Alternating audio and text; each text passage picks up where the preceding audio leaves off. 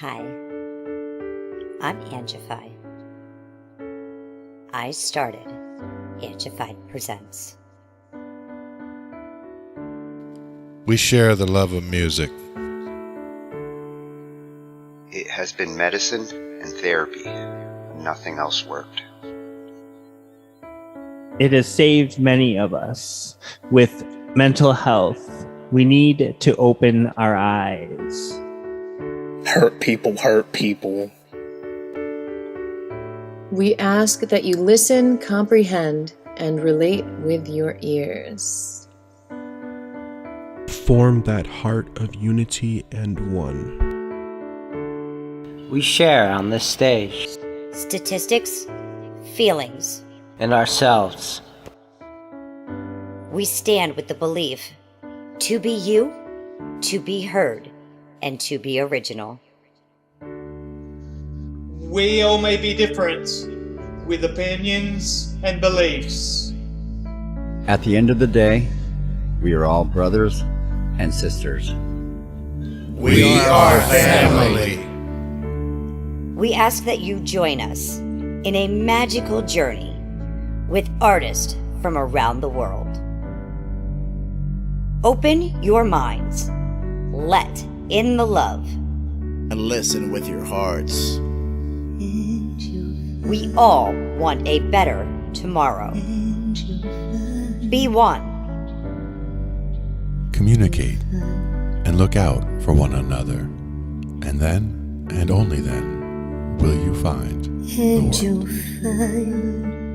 We will find peace in all the world. You'll find the world. And you will find in this giant world. Heroes among us and every boy and girl. Many have been broken, red hearts turn black. Love will melt the ice and turn it back, and you will find the world. You will find the world. You will find the world. And when you find a place called home, where everyone is free to roam, a whole new world, a better place for our children's futures at stake. And you'll find,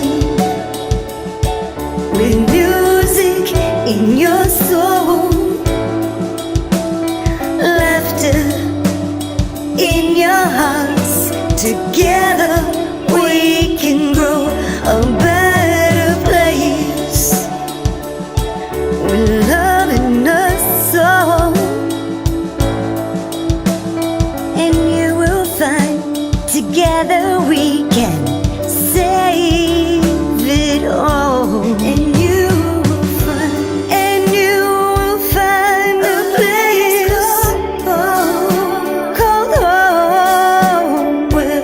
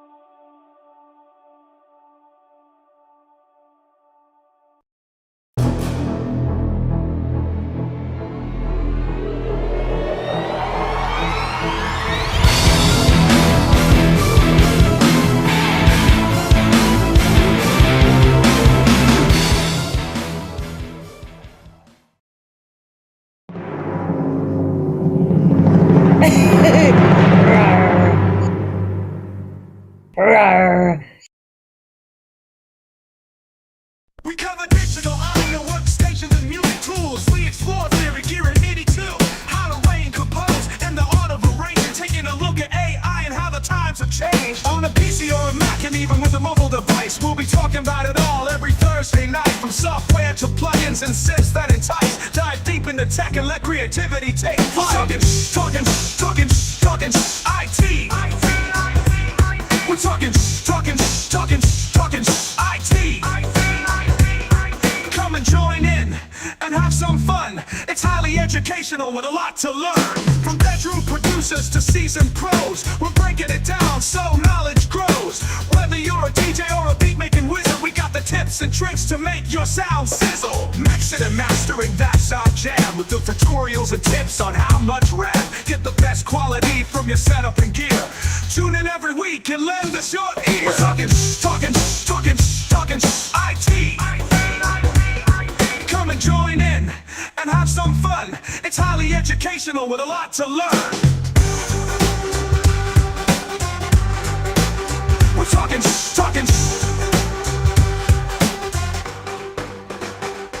We're talking IT. We're talking IT. Every Thursday night on Angified.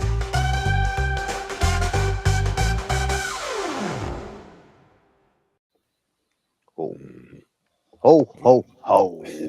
Once again. Yeah, that guy at the end there and the little surprises. Tonight we're gonna get ready for a little Christmas surprises and holiday cheer. Yep. It's all about, sharing with the people that you love.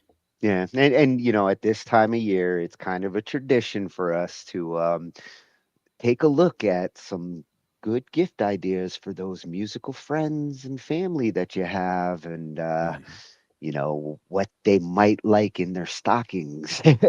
Exactly. And some stockings are bigger than others. So some you could even fit a whole guitar into, Hey, if it can fit in my studio, it can fit in my stockings. There you go. Stocking stuffers. Yeah, let's head to the cave and take a look at what we've got. Surprisingly, I thought finding some good, because we do have some great channels now, and some of them have hooked us up at this time of year with some good suggestions on gifts. But all the ones I found are old, years old. So I really didn't want to pull up one of those because technology has changed. And in some cases, like what you can get in 2025 is even cooler. So I really hunted to find some that are ready for this year. Now, the clip-on tuners are always a good idea, no matter which one it is and all of that, especially for stocking stuffers because they're tiny, they fit right in. That middle one, the G7 Performance Capo, I love it. I have one exactly like that. I was reaching over because I thought I saw it right there, but that's actually scissors that look like it. I figured you were going to recognize this particular screenshot because this one's going to be unique guitar gifts ideas coming from Sam Jam, and it's not just for guitarists. It's also as relevant to bassists, and everybody knows one. So, these are the kinds of stocking stuffers they love. And I've seen several different capo designs, and some are better than others. A lot of them are a trigger mechanism where it's like you trigger and you put it on and you let go and it's fine. This one is very elegant in the design where you basically it's open as far as you want it to be. You clip it on there as tight as you want, and when you want to release it, right in the bottom corner where you see the G in that bottom left corner, that's the release. So all you have to do is just you can with one hand, you can, release it, put it where you want it, get it as tight as you want. It's very convenient. And then you just put it, if you want to not use the capo for a song, you can just put it up above the, or on or above the nut where it's not affecting anything and just have it sit over there. And then when you want it, you just grab it and bring it back down. And every guitarist should have one along with the tuner. And the fret wraps is another one. But unless you got perfect pitch, which some do, but Some to have it to an annoying degree. Yeah. yeah, yeah. And then not to forget the other musicians that are out there. This one's coming from Bo Beats, which surprisingly we weren't subscribed to on our channel, but I brought him from my channel because I've been visiting him for a while now, and for this one, he's going to give some ideas for synth lovers like me, Like you. Yes, indeed. and music producers like many of our fans and followers. Absolutely. And man, I would love some of these in my stocking. Hook them all together. Yeah, yeah, I recognize a few of them from we had our synth night a couple of weeks ago, and I got familiar with a few of these. Nice. And then for the middle of the show, Windows 12, as we've been talking all year, they delayed it earlier. I thought it was actually going to come out end of last year, like originally, but they kept pushing it and pushing it. I think they were trying to smooth out some things. You know how Microsoft is. I don't think they wanted to have the same problem they had with 11 or with Windows 8, where it's half baked and putting it out before it's ready. Nobody wants another Windows 11. So I really hope that this extra time they took um, brings in the kinds of features that are going to make it a compelling upgrade. To me, if history is a guide, the extra time is to make a product that's releasable, not necessarily you know all encompassing, but something that they've worked out enough of the bugs to get it out there and get it in the world and get things happening. Well, and for me, I hope it stays true to the way they tend to have a great operating system, then a piece of crap, then a great one, then a piece of crap. And Windows 7 was innovative. It really did get us from XP to Windows 7. We ignore Vista, and Windows 10 was a great upgrade from Windows 7, and we don't even talk about Windows 8. I don't even have an install disk for it. And hopefully with 12, I do use 11 on a few machines where that's what it came with. And because my brother also uses the laptop, I don't want to like get rid of his Warcraft and everything else on it. So I keep with the 11 just so I know what's going on there. I hope that 12 stays true to their every other version. Yeah, and that's to me the main thing is the things that we're trying to do on a day-to-day basis. There shouldn't be that much of a difference from one Windows to another. I know that there is, and I know it's annoying Well, certain things that are a little different here than they were there, but it shouldn't be game changers. yeah, and I think the thing that tends to annoy me the most, especially with the big upgrades, uh, things move around. Where's this in the control panel? Where is the control panel? Like that's been annoying for the last like couple of versions. And I do think they've gotten better with context menus like that in general, not them specifically, but just in general. And AI has gotten great at that too, where old menus of you have to know to drill down to this, then that, then this. I mean, I used to have keyboard shortcuts memorized to be able to just, hit like 3, 4 keyboard shortcuts and I'm in whatever I needed to be in, doing what I needed to do.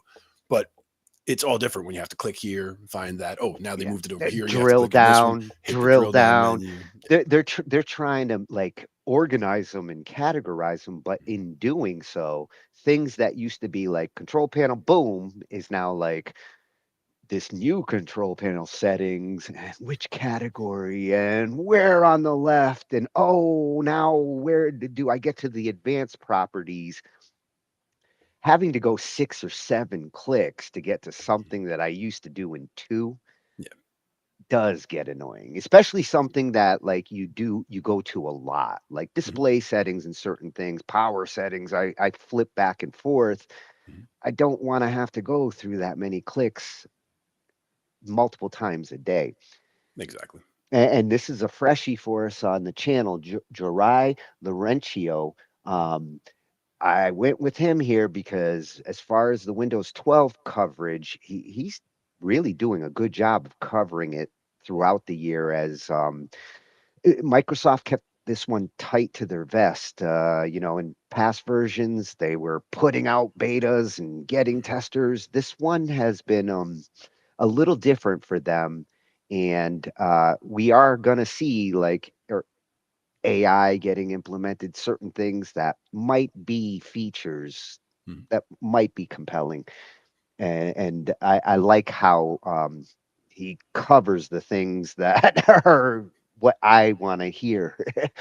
I could see I could see AI being big in testing, like product testing, like that iterations. If you need to run a program through a million iterations of hitting this, Yeah. AI can do all that Well, for you. and I really hope they improved on the Copilot concept, because I don't use that, and this better be better than that. Yeah, I want to have AI just out until I ask for it, and when I ask for it, I want to use it, and then when it's away, Yeah, it's yeah, away. I don't need yeah. it to be there all the time, trying to replace everything I do. I don't want it to be too smart. It can't be smarter than me. Impossible. Oh, and you remember Sam? We actually Yep. came across him the night we were looking at the Steam box, and he had the Apple's response to the whole Yep. situation, which I love his humor. He comes from Apple, he works over at Apple, and he's a great one to see the counter side to some of these things, and he does it with a great sense of humor. And in this case, he's going to talk about like Apple's reaction to the leaked Windows 12. When it got leaked earlier this year, and how they perceived what Microsoft's doing from the other side of the operating systems. Nice. And then piece of software I used to really love and use a lot in the 90s, even going into the 2000s. It was so useful for multiple things: drums, rhythm, getting like accompaniments with certain instruments that I didn't know how to play. And it was always one of those software that, for musicians who were just looking for like some useful utility, Band in the Box has been one of those useful, cost efficient, not expensive, and really powerful for its time. We're seeing like AI now, and people utilizing that to do some of these things, but these guys have been like providing this kind of feature 3 decades, and Yeah.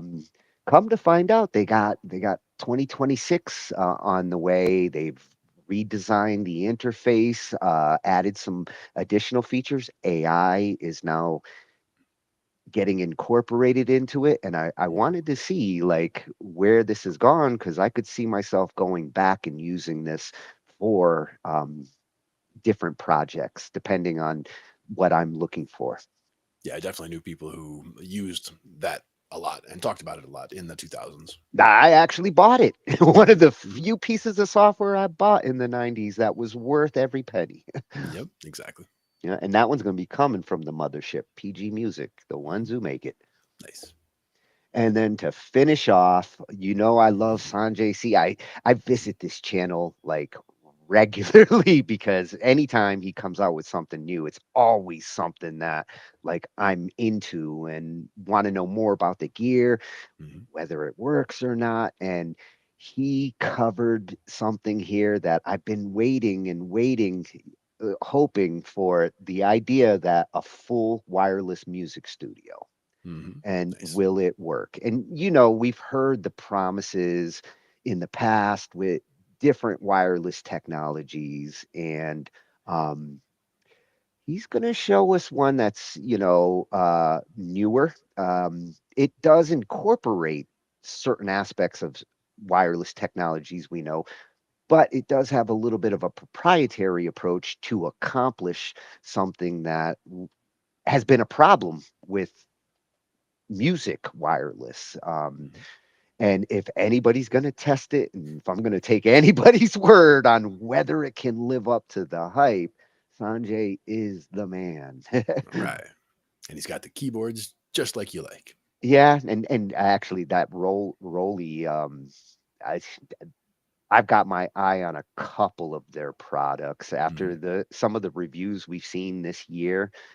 They're going to be one of those companies that like I may end up getting their whole suite of controllers. They've got that lighted keyboard concept and being able to color code and custom control the colors. They're doing it, and Nice. I want one. Naturally. Yeah. So Right. to get started with our gift giving segment, yeah, the unique guitar gifts are coming from at Sam Jam Guitar, and this is definitely a channel that you'd be friendly with. Look at all these guides to triads, pentatonics, blues. Oh yeah. Like when Being we able to do, visualize them that way is very helpful for sure.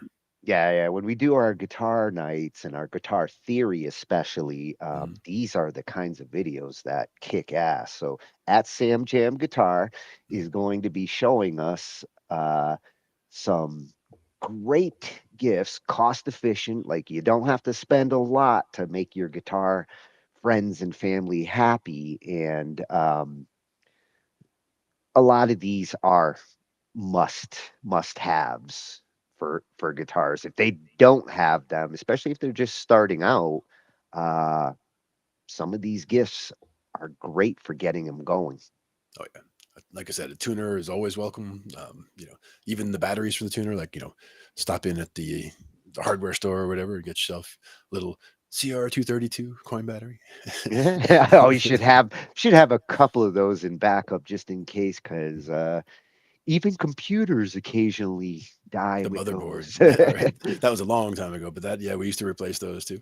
I haven't Yeah. seen that happen in some time, but Uh, I do buy them 4 at a time, and I keep them in the base case so I can hand for them out. for me, when I was a photographer, that Yeah. was Oh, yeah. you had to have at least a couple of them in your photo bag, because if you're on a job and it dies, and they will, you need to get that replacement.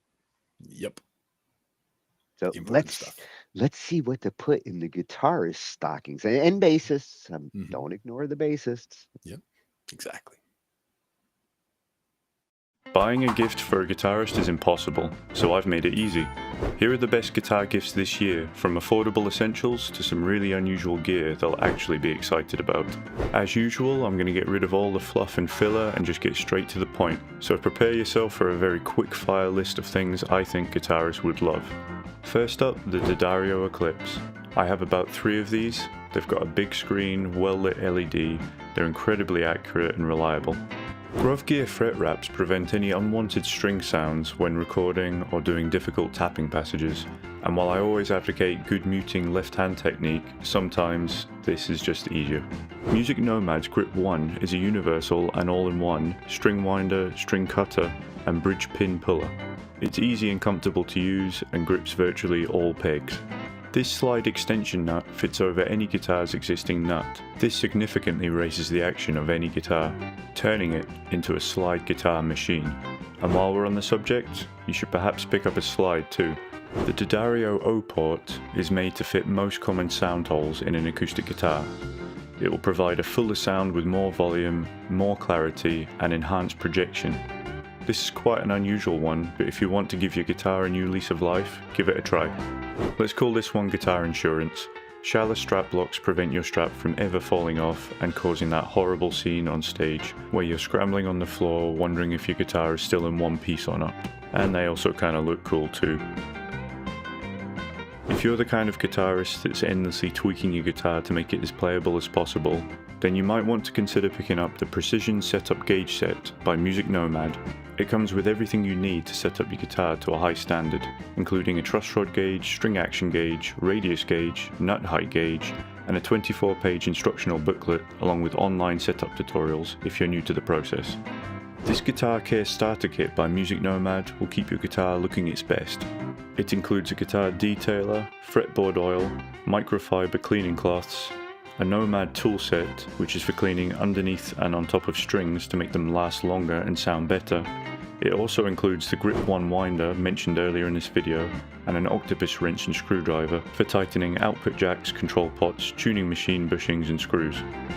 If you know a guitarist who loves tinkering, StewMac is heaven. They make the proper tools for setups, fret jobs, and even full guitar builds. I'm not going to mention any specific products, but if you want to go and take a look for yourself, then I'll drop a link below. Next up is the String Butler. This fixes the classic tuning issue on Gibson-style headstocks by straightening out the string path. It's a simple idea, but it makes a massive difference. Peterson Strobo Clip HD is a real strobe tuner in clip-on form. It's accurate to 1/10 of a cent, so when you're in tune with this thing, you're properly in tune. The only downside, this comes with a cost of time. I find it takes quite a while to get into tune compared to something like the D'Addario Eclipse, which does a great job and is quick. So if you're the kind of guitarist that wants to be perfectly in tune for a recording situation, this is great, but I wouldn't use it as an everyday tuner. I'll also include in this list the Korg Sledgehammer Pro. It feels like a proper pedal tuner just clipped onto a guitar. It looks like it means business, because it does.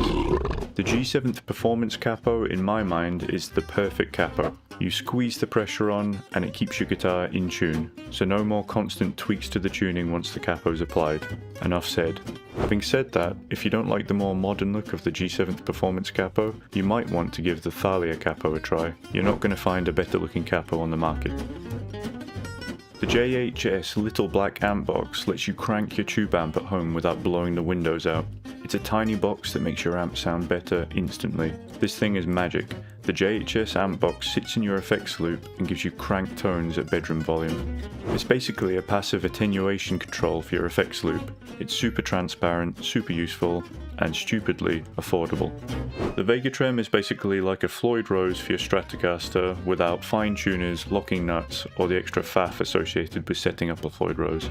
It's a direct drop-in replacement for your bridge whether you own a Strat or a Tele, and the tuning stability is incredible. The EBO uses a magnetic field to vibrate the string for you, so you can get infinite sustain without any noise or feedback. If you love ambient guitar, this will ruin you, but in a good way. The Tonewood amp gives your acoustic guitar real reverb and delay with no amp at all. It attaches magnetically to the back of the guitar and uses the body to create the effects. It genuinely feels like magic. The Focusrite Scarlett is the go-to beginner recording interface. Plug your guitar straight in, plug a mic in, and you're ready to record with great sound quality. It's a solid 2-in, 2-out interface with clean preamps, low latency, and everything you need to start recording guitar properly. If someone's talked about recording but never started, get them a Focusrite Scarlett. It's the easiest way to record guitar at home. If you're struggling for floor space and you want your studio to look like a proper guitar room, then the Hercules wall hangers are rock solid. They have this auto grip system that locks the guitar in as soon as you hang it. It's easily the safest way to store or display your guitar. This is one of those things guitarists never buy for themselves, but absolutely love it when they have it. A bar stool by one of your favourite guitar brands just makes your space feel like a real studio. The StewMac S-Style kit is basically a complete Strat-style guitar in a box. The body is pre-routed and sanded, the neck is already fretted and ready to go, and you get all the hardware and electronics laid out for you, so you get the hands-on experience of actually building and finishing a guitar without needing specialist tools. It's a brilliant project for anyone who loves tinkering with their gear, or wants to understand guitars more deeply. And finally, if you want something that actually helps you improve on the guitar, I've got my complete guitar poster bundle. It's a set of 3 posters, the Ultimate Guitar Theory poster, the Ultimate Triads poster, and one for scales across the whole neck in all 5 positions. They're all designed to be clear, simple, and actually useful while you practice. What's more, they're digital downloads, so they make a great last-minute gift too. Head over to the Sam Jam Guitar merch store to download yours now. So that's the list. Check the links below, grab what you need, and I'll catch you in the next video.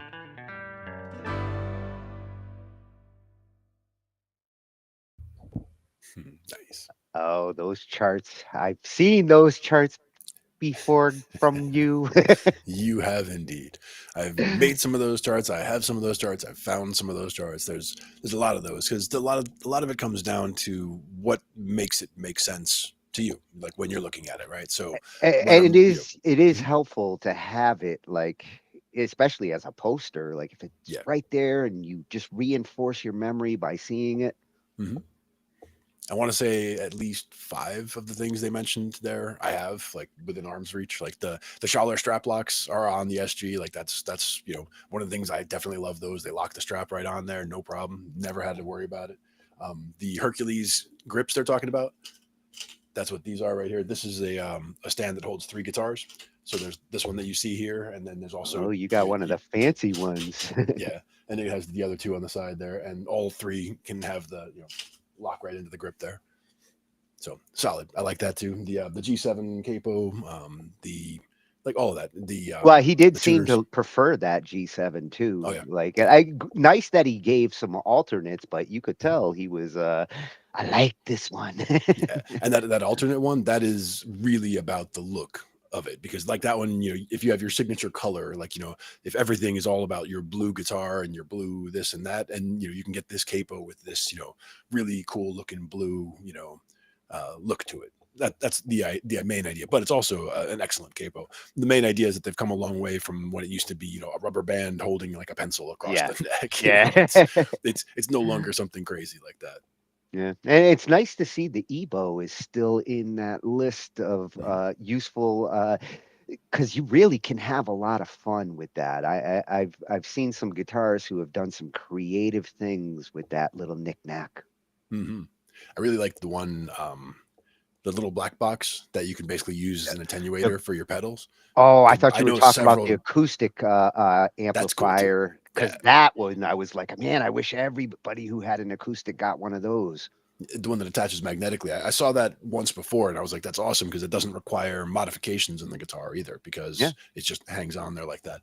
But the little box that can, basically turn your guitar down, because so many guitarists they get the volume or they get the tone they want, but the only way they can get that tone is if they're playing at this volume, and this yeah. little box can keep that tone but bring it down to a reasonable room volume for when you're just hanging out in a room. Yeah, yeah, I think every suggestion he had there would please a guitarist. Mhm. That starter kit, again, Yeah. if you have a new guitarist who's like really starting out, Mhm. some of those really are like a godsend for beginning guitarist there. Yeah, and that Scarlet one with basically the whole home studio setup, Yeah. all right there. Yeah, if you're a really good Santa and you hook them up with something like that, it's useful for Nice. multiple things, not just guitarists. That's right. Good stuff. Yeah, Some Sam yeah. Jam. If Santa was a guitarist, that's what he would be saying. That's right. Good So stuff. now we're going to go over to at Bo Beats to get some other gift suggestions.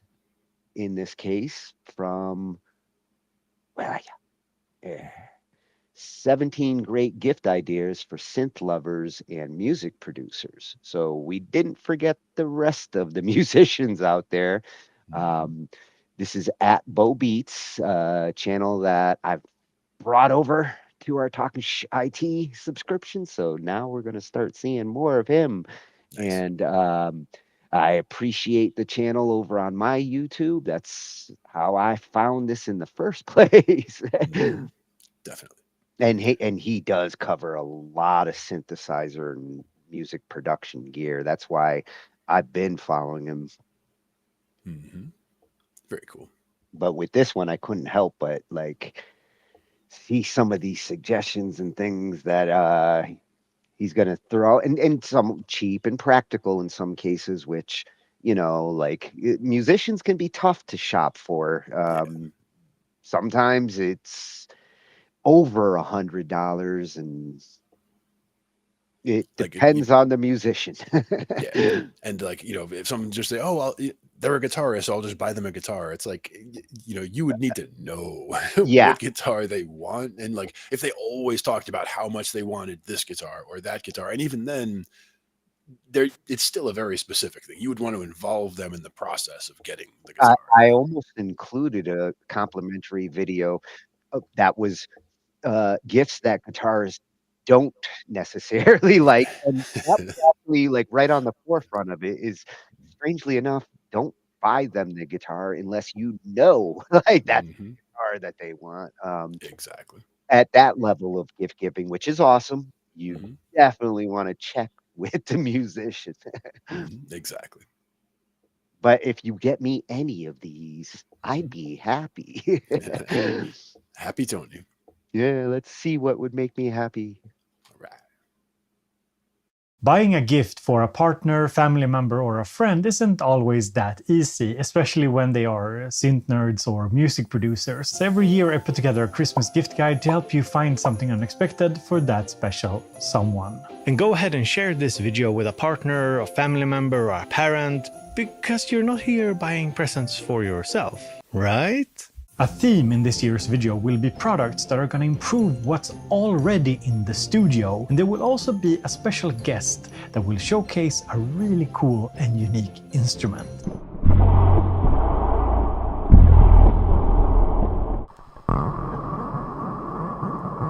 That's cool. And if you live in an EU country and you want a chance to win some amazing synthesizers, you should check out today's sponsor, the music store SYNTH. You have the chance to win a Swenergizer Eurorack filter, a Dreadbox Raindrops, Dreadbox Darkness, or a Dreadbox Typhoon. So it's a massive giveaway, and all you have to do is go and follow them on Instagram and Facebook.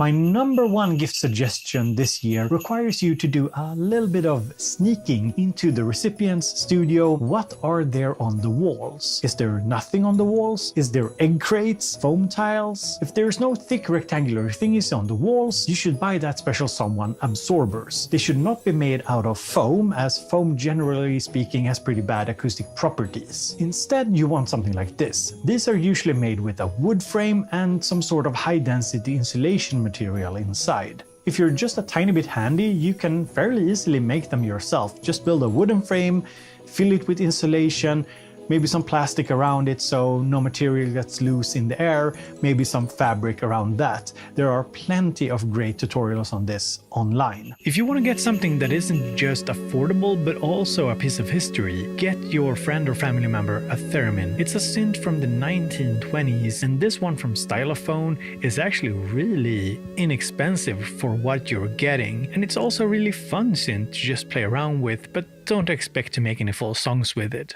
The Launch Control XL is probably the most affordable MIDI controller out there, and the best part with the new Mark II unit is that it now supports both MIDI over USB and DIN MIDI. It actually has 3 MIDI ports. This means that you can connect it to a computer and control music software, as well as connect it to hardware synthesizers and samplers.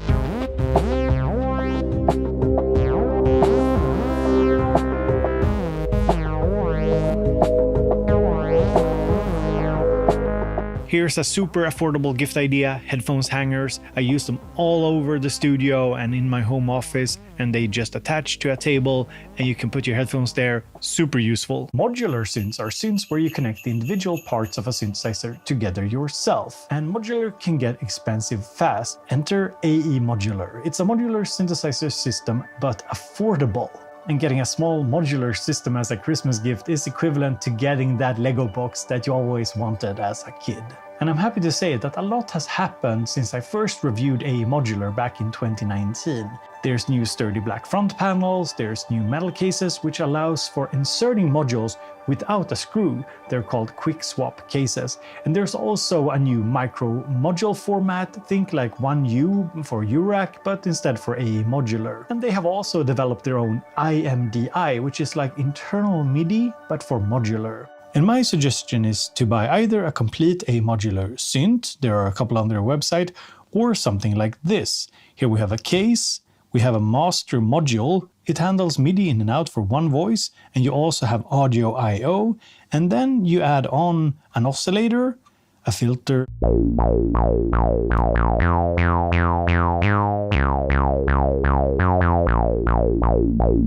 and then you add on the modulators, which is envelope, LFO, we got VCA, and this is basically an entire synth, and you can then add more modules as you grow your system. And earlier this year I actually got a present myself from my friend Lina, or as you might know her, LNA Does Audio. And this is her book Creative Confidence and Music Production, and it's actually a really good read and could be a great present for yourself or for somebody else. If you are here looking for budget-friendly synthesizers, there are actually 5 brands of synths that I would look at. Firstly, we have the Korg Volcas. They range from synthesizers to drum machines to sample players, and they're priced around $150. They are battery powered, and they're actually built like small tanks.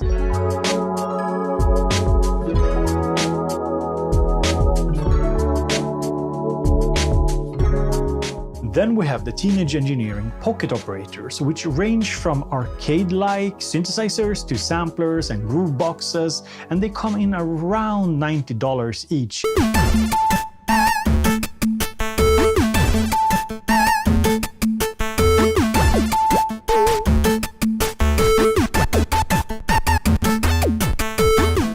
Also has a budget-friendly line of synths, and they're slightly more expensive, around $190, and all of the units have built-in batteries, and they can also be connected together to create like a little DAW synth setup, which is surprisingly fun.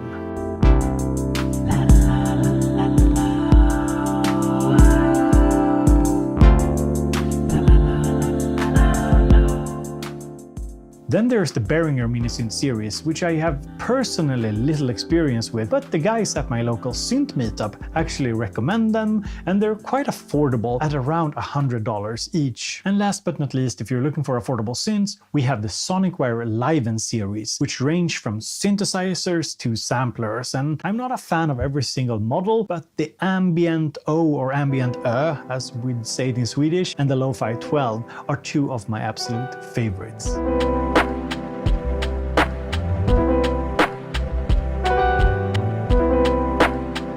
The next gift that I want to showcase here today is actually by a friend of mine, Tobias. And you are here to show us something that you have invented.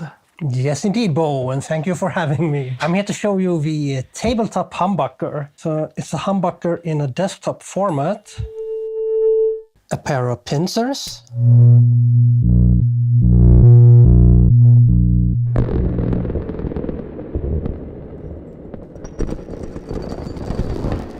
That's nice. Yeah. It can bring you back to the days when you were a kid and you were a happy explorer, not knowing what to expect. Really satisfying. It is. It's a magnetic pickup, so it works with all metals that are magnetic. So you can add in some reverb? Absolutely. Ooh, nice.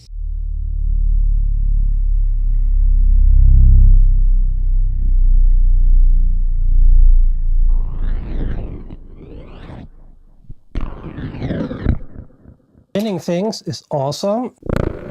Ooh.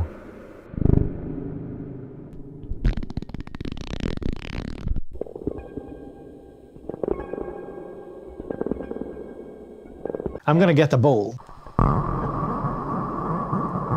That's cool. That's clever. It is.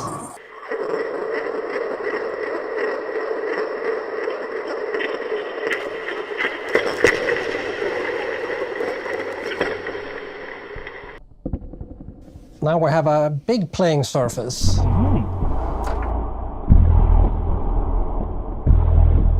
I really like your channel, but I'm a bit disappointed. There's not enough eating of the Bob eating channel. Beautiful.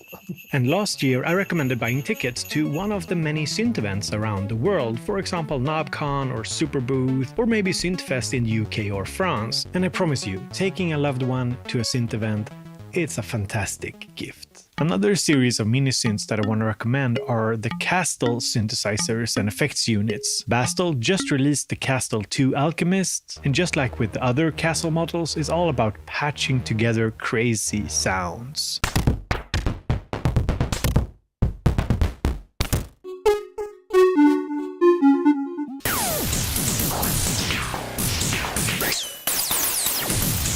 And if you'd rather have something sample-based, you can get the Castle 2 Wavebard.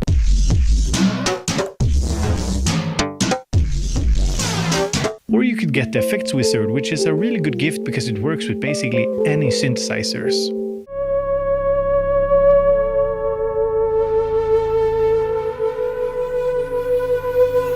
Sometimes you want to change up how your sampler looks, and if you want to do that, go and check out X-Power's designs that have a lot of different knobs and magnetic faceplates and skins for your gear. Chances are that your family member, partner or friend has studio monitors. They often look something like this. And chances are that you haven't given them the acoustic panels that I talked about earlier in the video. Let's be honest, you haven't given them any acoustic panels. Regardless, I think that some way of calibrating the studio speakers make for a great gift. IQ Multimedia and SonarWorks both offer solutions to this problem. Both include measurement microphones that you can use to measure the room frequency response, and then you use that to apply room correction to your speakers. The benefit of IQ Multimedia's ARC Studio solution is that you don't need to have software running all the time on the computer. You basically save a preset to the little box and then use that between the audio interface and the speakers. And room correction does make a huge difference in terms of sound, even if you have some acoustic treatment like I do in my studio. So it's a good gift that improves what somebody already got in their studio. There are a few truths in life, but one is that everyone needs a good MIDI keyboard, and the KeyStep 37 or the newer KeyStep Mark II are all fantastic MIDI keyboards for a hardware synth setup. And the new KeyStep Mark II actually has really cool generative functions for coming up with sequences, as well as the ability to save sequences, which the older models didn't have.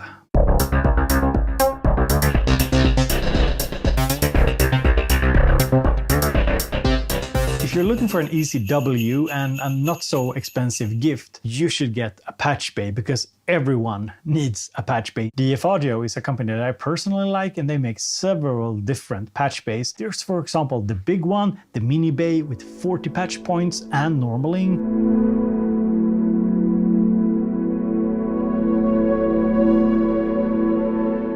They also have a smaller patch bay called Patchwork with 24 patch points and no normaling. And then there's their new Nano U, which isn't really a patch bay, it's more of a utility box, which works really well with Eurorack or semi-modular synthesizers. It can boost signals, attenuate, turn audio into CV, and it can then be used as an envelope follower and more. A synth studio often requires quite a few MIDI devices, and CME Pro is a brand that makes all kinds of MIDI utility devices. They are perhaps most known for their Bluetooth MIDI devices that you can use for wireless MIDI connectivity, and they actually do work pretty well with low latency. But they also have this USB MIDI interface if you need a simple way of connecting MIDI devices to your computer. They also have this, the H2 MIDI Pro, which is a USB MIDI host. It's a way to connect devices which has USB MIDI to devices with DIN MIDI, and it can also be expanded by connecting a USB hub to it for connecting more USB MIDI devices.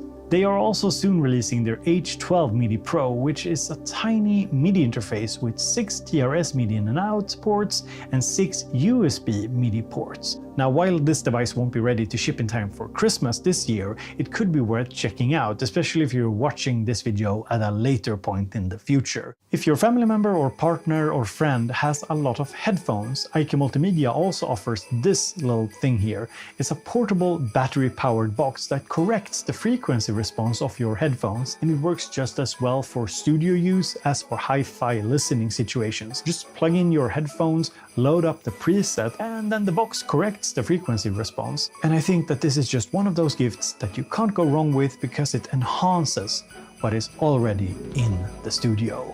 And one of the easiest and least expensive gifts that you can give someone is a deck saver. It's a piece of plastic that you put on the gear in order to protect it. So just look what kind of gear somebody has in their studio and find the deck saver for that piece of gear. Couldn't be easier. And listen, if you didn't find anything exciting in today's video, you should check out today's sponsor, SYNTH. It's a music store that focuses on unique synthesizers from indie manufacturers. For example, they have the Crumb Hum and the Crumb Drum from Swedish manufacturer Nyström, or why not a Patch Bay from DF Audio. So go and check out SYNTH. They're linked below. You might find something new that you've never seen before, and you support my channel, and you support a synth store run by synth lovers for synth lovers. So those were all the gift suggestions that I have for you today. But if you didn't find what you were looking for, please check out Unts. It's a music store, they're a channel sponsor, they're a great place to look for interesting gifts because they have all of these unique and interesting synthesizers. So go and check them out, linked in the description. While you're down there, you can also check out previous year's episodes because I've been making these Synth Gifts episodes for a number of years now. I don't know, 6 years, 7 years, I'm not sure. But all of the episodes are linked in the description. So go and check them out if you didn't find what you were looking for in today's video. And as always, I hope you have a great day. Talk to you later. I will be checking that out. Boots and pants. Yeah, that definitely has some toys in there. I would love to get that Arc headphone one. We looked at that a few episodes back, and for what it does, I mean, it's priced accordingly to like really improve headphone experience. Yeah, and that's important. I mean, as much time as somebody like me, like I spend so much time in headphones that sometimes I don't even notice that I'm wearing them. Like I'll have to like sit there and think for a second. I'm like, oh yeah, they're there. I spend more time with them than without them. Yeah, exactly. And you really do get used to it. And like, you know, if there's nothing playing for a minute, like it gets a little quiet and you're just relaxing, and then something comes on, you're like, ah, you forget that it's like right in your head already.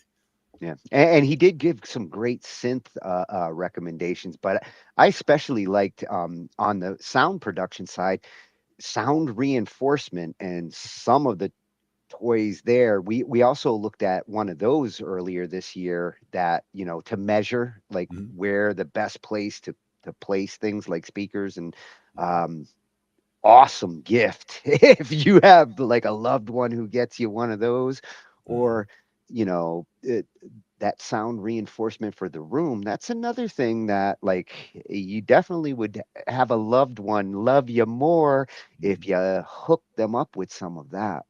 Oh yeah. And that's one where like I save you know, egg cartons and things like that to be able to put on a studio wall. I mean, it wouldn't look professional at all, but it's one of those things that if it is too noisy, it's something that you can use. I've MacGyvered a band room more than once myself. Yeah. Whatever works. Yeah, and his suggestion on like getting a ticket to a synth event. Take me to a synth event. I would love you. Was one of them called KnobCon or KnobFest? Yeah, KnobCon. It sounds like my kind of festival. Nice. Yeah, great tips there. Great suggestions. I wish you were Santa Claus, Bo. Oh. No, Bo. Bo. At Bo Beats. All right. So now we're going to slide over to some software, specifically the software we're probably all running software under. And this one's coming from at Jorai Laurencio. And he is really keeping up with Windows 12. And I know he's been waiting as Microsoft has delayed and pushed.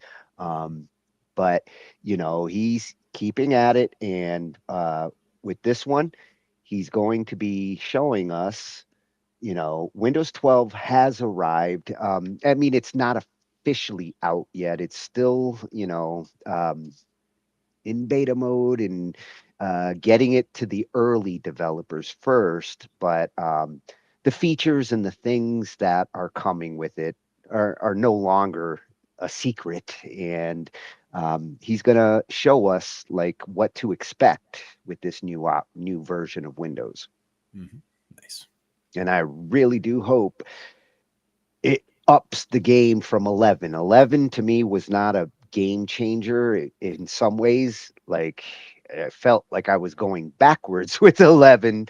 I hope 12 continues the tradition of moving forward. And I think operating systems are kind of like, as a thing, again, the whole drilling down through menus and all that, we're trying to get away from that and get to where it knows where you're trying to get to within a few clicks, you know, to be able to get you where you're trying to go. Well, and from the sounds of it, you may not be clicking at all in the future. You may be talking to your computer. So going to be interesting to see how this all comes together, and then to see how the other competing operating systems, competition is the best thing here. Like, Yep. And I mean, it all kind of started from all of them, stealing the same stuff together, yeah. as far as, from Xerox and all that. So, Yeah, and one thing I found interesting with this one, it also, Microsoft they've been trying to get into the hardware game with their Surfaces and trying to make equipment that complements their operating systems, which is good. I mean, we've actually had a couple of Surfaces in this house. My mom is the one who really enjoys that, and some of these features are designed to really work with their hardware approach as well. So we might be in for some surprises. Software surprise. The world of personal computing stands on the brink of its most significant shift in decades, and the whispers about what comes next have finally turned into a roar that no enthusiast can ignore. For years, the operating system that powers billions of machines has remained largely familiar, sticking to a design language we all know by heart. But reports now indicate that Microsoft is ready to break that mold entirely with the next major evolution of Windows. While the company has not yet officially released this new version to the public, the leaks, prototypes, and insider information paint a vivid picture of a future that looks, feels, and acts very different from the computer you are using today. The first thing you will likely notice about this expected update is the visual transformation. For over 30 years, the taskbar has been anchored to the bottom of the screen, acting as a solid shelf for your open programs. Evidence suggests this is about to change. The new interface is expected to feature a floating taskbar. Instead of a gray bar that stretches from the left edge to the right edge, imagine a smaller rounded island of icons that hovers just above the bottom of the display. It looks less like a traditional tool and more like a dock you might see on a mobile device or a competing operating system. This change is not just about style. It is designed to separate the user interface from the screen borders, making the experience feel lighter and more fluid. This visual shakeup likely extends to the top of the screen as well. In current versions of Windows, your clock, battery life, and Wi-Fi signals are tucked away in the bottom corner. The new design is expected to move these vital details to a top bar that runs across the upper edge of your monitor. This would leave the bottom area strictly for your apps, creating a cleaner, less cluttered workspace. It is a layout that mimics the smartphones we use every day, suggesting that Microsoft wants to make moving between your phone and your computer feel completely natural. But the cosmetic changes are merely the surface. The real revolution is happening inside the machine, driven by artificial intelligence. You may have seen AI assistants before, but they often feel like separate programs you have to open and talk to. The next version of Windows is expected to weave this intelligence directly into the fabric of the system. It will likely not be an app you click on. It will be a layer that sits underneath everything you do. Imagine you are looking at a messy desktop full of files. In the past, you had to sort them yourself. The new system is expected to understand what those files are just by looking at them. It could automatically group your photos, work documents, and receipts into neat piles without you lifting a finger. If you are writing an email to a boss, the system might offer to change your tone to be more professional, not because you asked a chatbot, but because the text box itself is smart enough to help. This concept is called context awareness. The computer will no longer just wait for your commands. It will try to predict what you need based on what is on your screen. To make this level of intelligence possible, the hardware requirements for computers are expected to rise significantly. This is perhaps the most controversial aspect of the upcoming changes. Traditional computer processors are good at math and logic, but they are not efficient at the heavy thinking required for artificial intelligence. Therefore, it is widely believed that the full experience of the new Windows will require a special piece of hardware called a Neural Processing Unit, or NPU. This chip is built specifically to handle AI tasks. If your current computer is more than a few years old, it likely does not have this chip. This means that when the new operating system arrives, many existing machines might not be able to use the advanced features, or they might not be able to upgrade at all. We saw a similar situation when Windows 11 required specific security chips, leaving perfectly good computers behind. It appears this history is about to repeat itself, but this time, the reason is the demand for smart processing power. The industry is moving toward a standard where a computer is not considered modern unless it can think for itself, locally, without always sending data to the internet. This brings us to another major expected shift, the architecture of the system itself.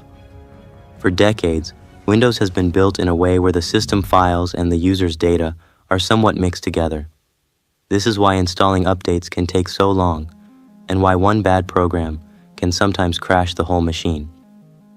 The new version is rumored to introduce a design called Core PC. Think of this as separating the house from the furniture.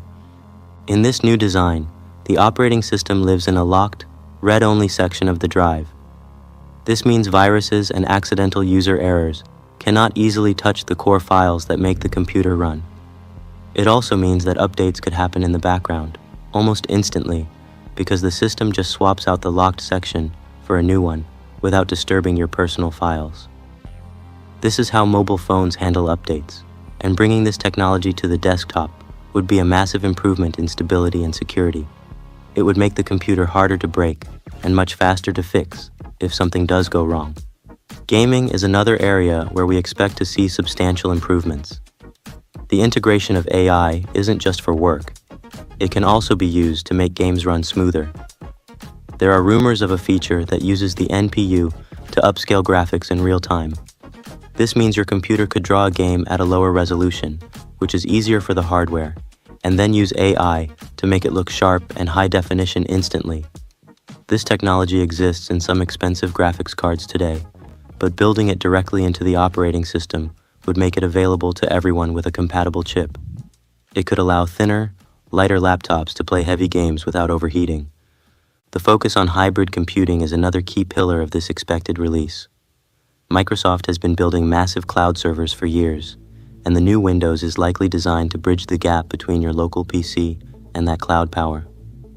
If you are doing a task that is too heavy for your computer, like editing a massive video file, the operating system might seamlessly offload that work to the cloud and send the finished result back to you. You might not even notice it happening. This concept blurs the line between owning a powerful computer and simply renting power from the internet. It suggests a future where your physical device matters less than your internet connection. When this software finally lands on devices, it will challenge us to learn new habits. We will have to get used to looking at the top of the screen for the time. We will have to learn to trust the system to sort our files. We will have to accept that our old laptops might need to be replaced to join this new world. It is a heavy cost, but the promise is a machine that feels less like a complex engine and more like a helpful partner. The future of Windows is not just about opening windows anymore. It is about the view through them becoming clearer, faster, and smarter than we ever imagined.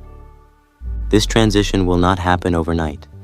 It is expected that the rollout will be gradual, with early adopters testing the waters before businesses and schools make the switch. But the writing is on the wall. The operating system that defined the digital age is shedding its skin.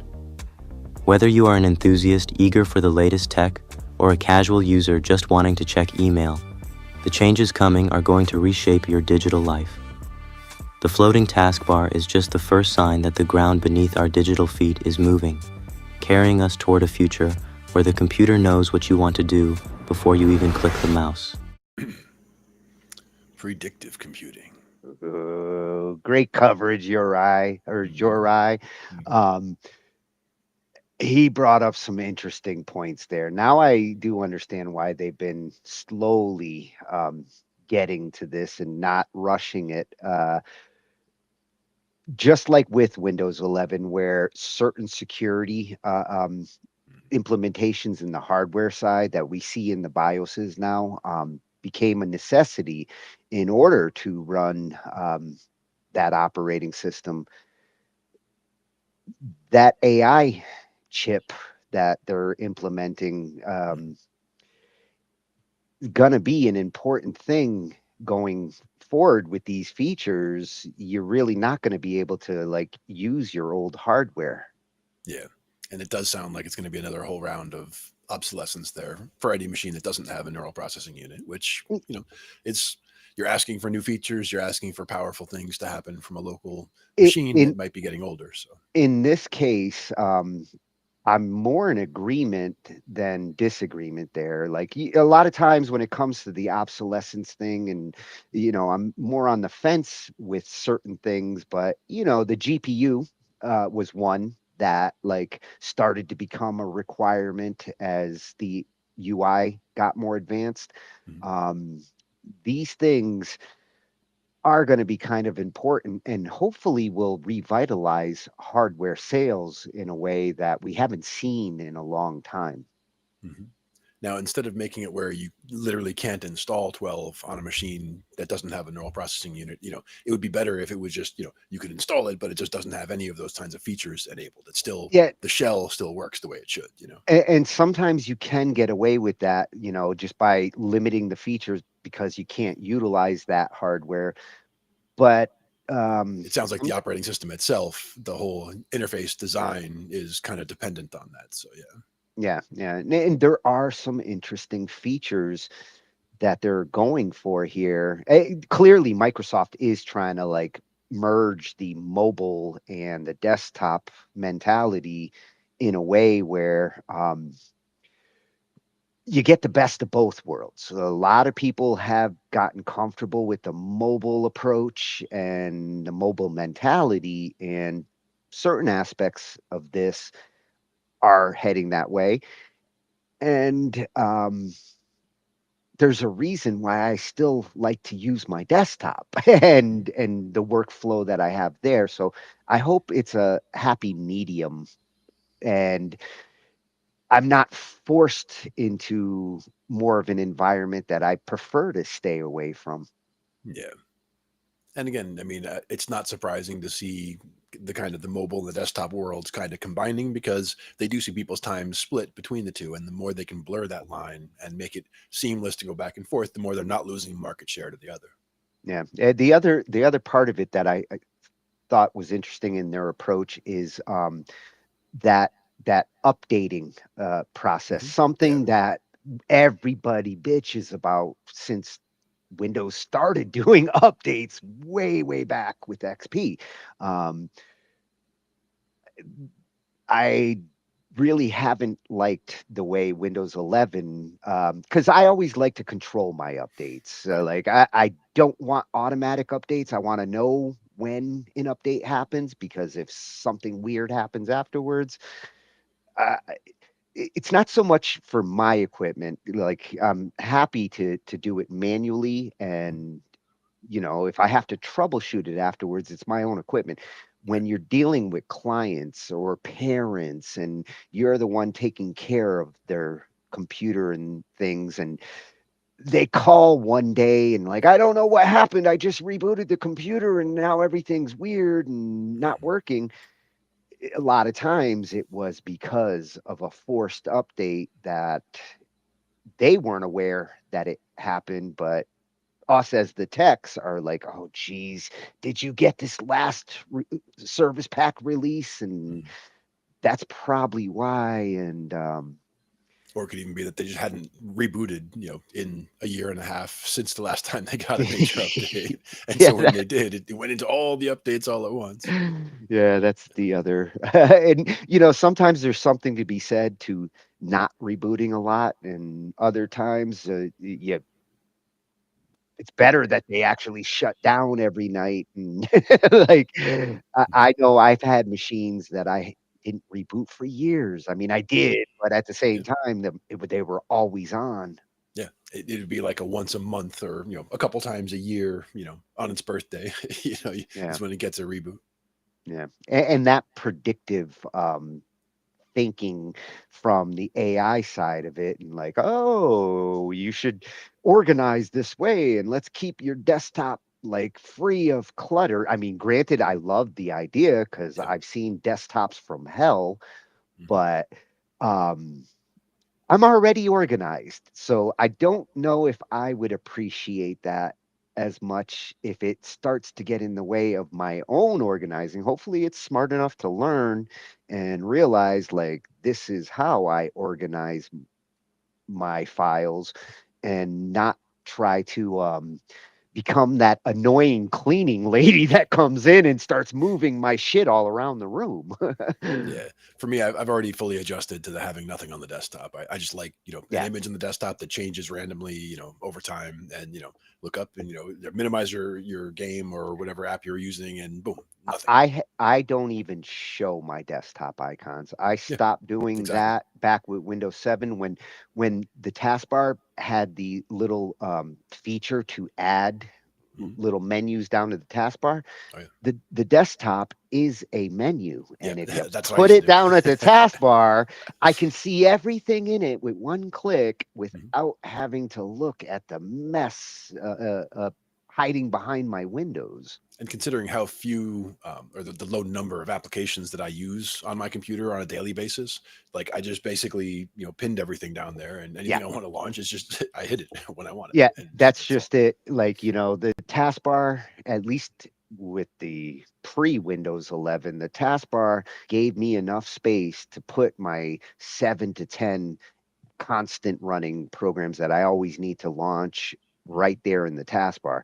With the Windows 11 approach, they're trying to look more like a Mac, and that whole centered smaller taskbar is part of the reason why I couldn't stand 11 when it came out. Plus, at first, you couldn't even really move that taskbar is limited. At least with Windows 10, I can stick the taskbar to the side or put it on the top, which is not usually where I wanted the taskbar. I've had my taskbars in every corner.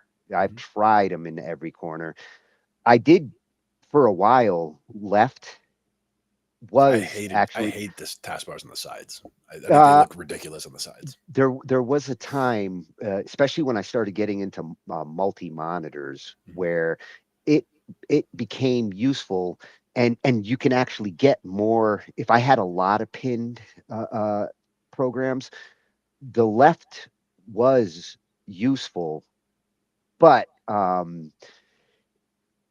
I eventually went back to the bottom just because, having to deal with different machines, and once you start programming your brain that way and you're working on a machine that's not that way, it starts to confuse you. Mhm. I remember this going way back, but Norton Desktop going way back, was Yeah. like, getting used to, putting things where you want them, and just, the ability to customize things and make your own menus, make things launch where you want them. I was doing that with, batch files way back when, just to make it easy for Yeah. myself. So I can just hit a couple keys and make something happen. I made batch files for common misspellings, because there were certain things that I would misspell all the time when I'm trying to write a certain command. I did it so many times the wrong way that one day I said, you know what? I just wrote a little batch file with that name. And then, okay, anytime I say dir W, DIRW, it means Yep. dir/W. And so somebody Yep. sees you typed it wrong, and it worked anyway. And they're like, wait, what? I was like, I, yeah, I, it happened I wrong s- enough times to fix it. I still utilize a couple of batch files when I want to do mass conversions. Like sometimes I have to convert like a whole bunch of files to a different format, and I've got a couple of batch files where put that batch file in that folder, and it'll take everything in that folder and convert them without having to go one at a time. Yeah, exactly. Early batch processing. Yeah, yeah. I kind of miss those days. There are certain things that the command prompt was powerful, but we've come a long way, Yep. and hopefully with this Windows, it'll be more innovation and not just a graphical upgrade, which is what I feel 11 for the most part has been, and them forcing that security requirement, because when it's a corporate machine and you're dealing with the clients, some of those things can be useful when you really want to lock down the machine and you don't want the user to screw things up. But if if you're one of us, some of that can get in the way, especially when it's at the BIOS level. And I don't want my machine to control me. I need to control my machine. Yep, definitely. Yeah. Yeah. Great coverage, Jorai. I'll be keeping an eye on you for Windows 12. Uh, you're doing an awesome job there. Mhm.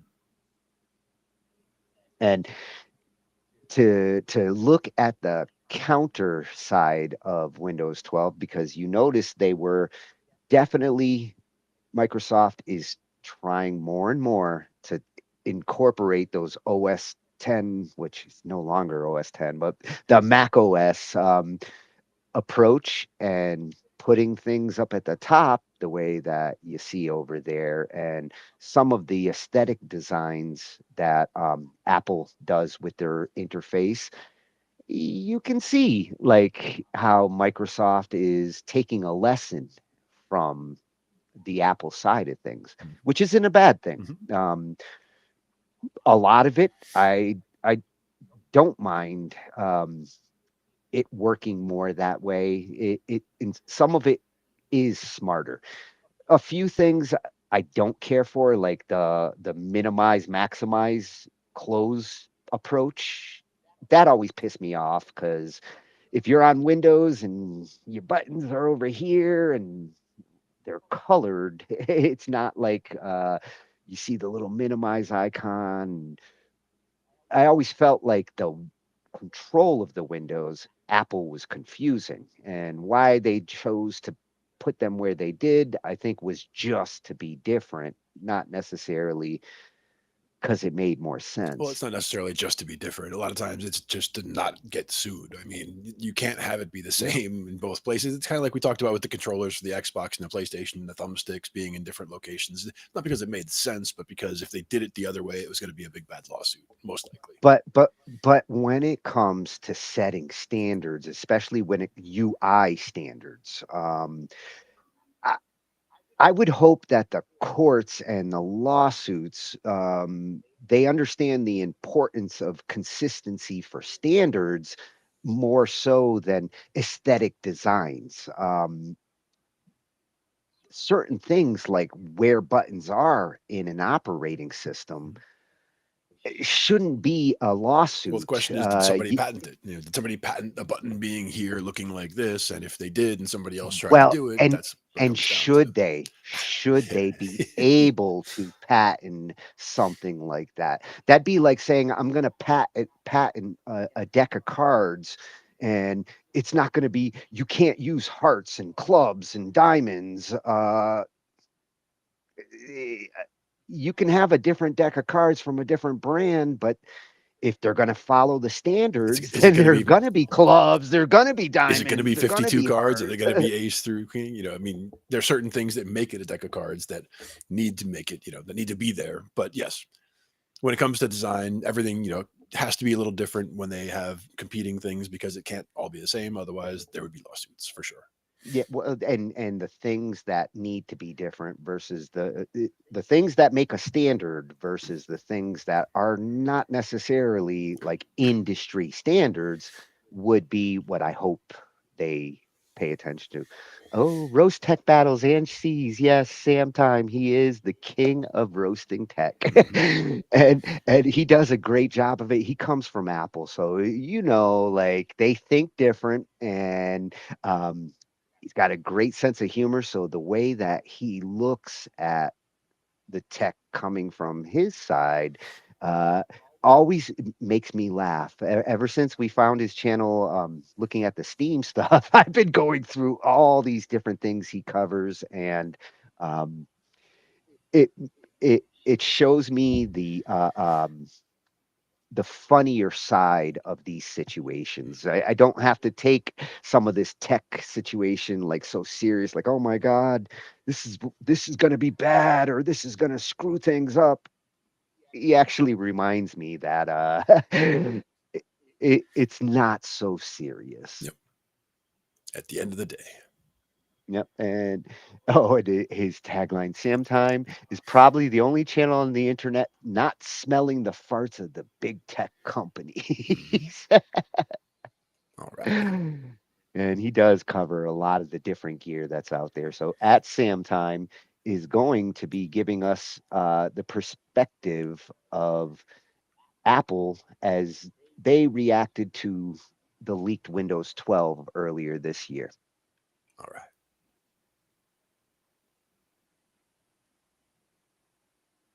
Okay, so this is Windows 12, is it? Well, you know what they say, if at first you don't succeed, try another 12 times. See what happens. Hi there, I'm Sam Tucker from Apple, and you may have seen recently some leaks about Microsoft's upcoming Windows 12 operating system, which looks a bit better than before, but you know, you can polish a turd all day, but it still comes from an arse. And so we thought we'd help Microsoft out and show them what Windows 12 would look like if we designed it. Okay, starting with the name, the current code name for Windows 12 is Hudson Valley. Ooh, which is a bit insensitive, Microsoft, come on. Let a plane be the worst thing that crashed in the Hudson. You know, we used to name our OSs after cats, and so I think we'll name their OS after a dog. Bill Gates. I mean, did you know that that man basically stole our whole graphical user interface? Well, after we stole it from Xerox, who really should have been the best at copying, but anyway, that whole affair really pissed off our founder and CEO, Ashton Kutcher, and he broke the first Apple phone, and hence Windows Bulldog. Next, looking at installation, I noticed that with Windows, they want you to sign up to an Office subscription, OneDrive, Xbox, all of these things. Well, here at Apple, we do things a little bit differently. See, rather than continually bugging people to give us more money, we just take it all from the start. Makes things way easier. All right, we're at the desktop now, and I hear Windows has a lot of AI built into it. There's Windows Copilot, Email Copilot, Bing Copilot, which is a little bit sad because if you need help binging, then, well, maybe you shouldn't have a computer. Oh, look, they've even got AI in Word now. That's just too much. You know, I think rather than charging people to use an Office suite, maybe Microsoft should offer a free, less powerful and capable version of Word and call it Pages. Widgets might be coming to the home screen. Well, where have I seen that before? Windows Vista. It does look a bit better than Vista though. Might be due to the AI upscaling that's apparently going to be built in. Well, smart move. You know, at Apple, we actually used AI downscaling to make our products look uglier. In fact, I think Tesla uses the same system. Looks like it runs on germanium. Ooh, we actually have some roots there. Because did you know that our founder and CEO is actually Michael Fassbender? Didn't always get along with people though. I remember he had quite a heated argument with our jolly co-founder, Seth Rogen. So I'm just saying, if you base your OS on that, it might be a little incompatible. Which is actually very Apple. The all-new Windows 12. It will be beautiful. On the inside. Subscribe today. Ooh, well, let's put that to sleep, or hibernate, or compost crushing machine, please. Hey everyone, thanks for watching. If you like tech videos, why not subscribe to the channel and let's hit the big 300,000 subby wubbies. We're so close. Thanks. Oh, hook him up with some subby wubbies. Subby wubby time. Oh, you see what I mean about like not taking tech too serious. Even when he's talking about Apple, he's realistic and he can even find humor in their approach at times because like Xerox should have been the king of duplicating. Exactly. And again, it essentially it all came down from that, and it was a matter of who stole it first, packaged it best, and all that kind of thing. So it's an interesting story. So that whole movie is a very interesting story. Yeah, I've actually watched several different ones. I mean, the Pirates of Silicon Valley is my favorite.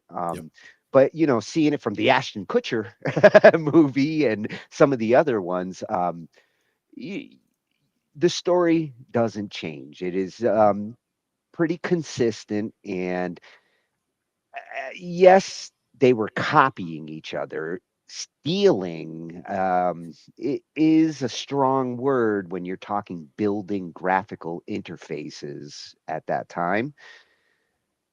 I mean, anybody who tried to build a graphical interface technically was stealing an idea, how they implemented it, and whether code was part of the process, which probably was with and Microsoft. not knowing that it was going to be in every single house on every single business meeting. I mean, Yeah. the interface went everywhere, right? So I mean, when it first came out, it was it's a a novelty. Somebody's going to have one here, somebody's going to have one there, but it's not everywhere. Yeah, yeah. But now it's everywhere. A lot of the big tech companies like IBM thought like this is stupid. Nobody's gonna want this, and Yeah. Well, Xerox, I mean, they had the yeah, ideas. They had it sitting right there. They had the full mock-up, with a mouse control and all that. And the other guys come in, they look at it like, oh, interesting. yeah, yeah. Yeah, it is. And then selling DOS before they owned it, that was a whole, Oh yeah, a well, whole and another thing. yeah, yeah, that's another one that like Bill. I mean, some see it as slick, slick business to do it at that time. Others see it as shady business. So it depends on who you believe there. Yeah, a lot of perspective question there. Yeah, yeah. But thanks, I Sam mean, Time. the one thing we can all appreciate is that all of this innovation from every company and everything that we've come to might not have gotten to where we're at without some of these things happening, some of this innovation. So, Oh yeah, absolutely. Competition drives innovation. yeah, yeah. Thanks, Sam, for the laugh and the reminder of what we are dealing with. Absolutely. Oh, and I'm gonna have to check out that Google Quantum AI video he's got there. Nice. Love to know his thoughts on that. Mm-hmm. So now to take a kind of look back and a look forward at a piece of software that I really did use and love throughout the 90s, even going into the early 2000s. Band in a Box was one of those musical tools, software that any budding musician could find use in. It it gave you accompaniment and things that like sometimes you had to go buy a Casio or like a keyboard that had the kinds of features. It brought a lot of those features from that into software that you could utilize with any keyboard. And I definitely loved it for putting together rhythm and getting that like basic accompaniment that I would sometimes need from guitar back then.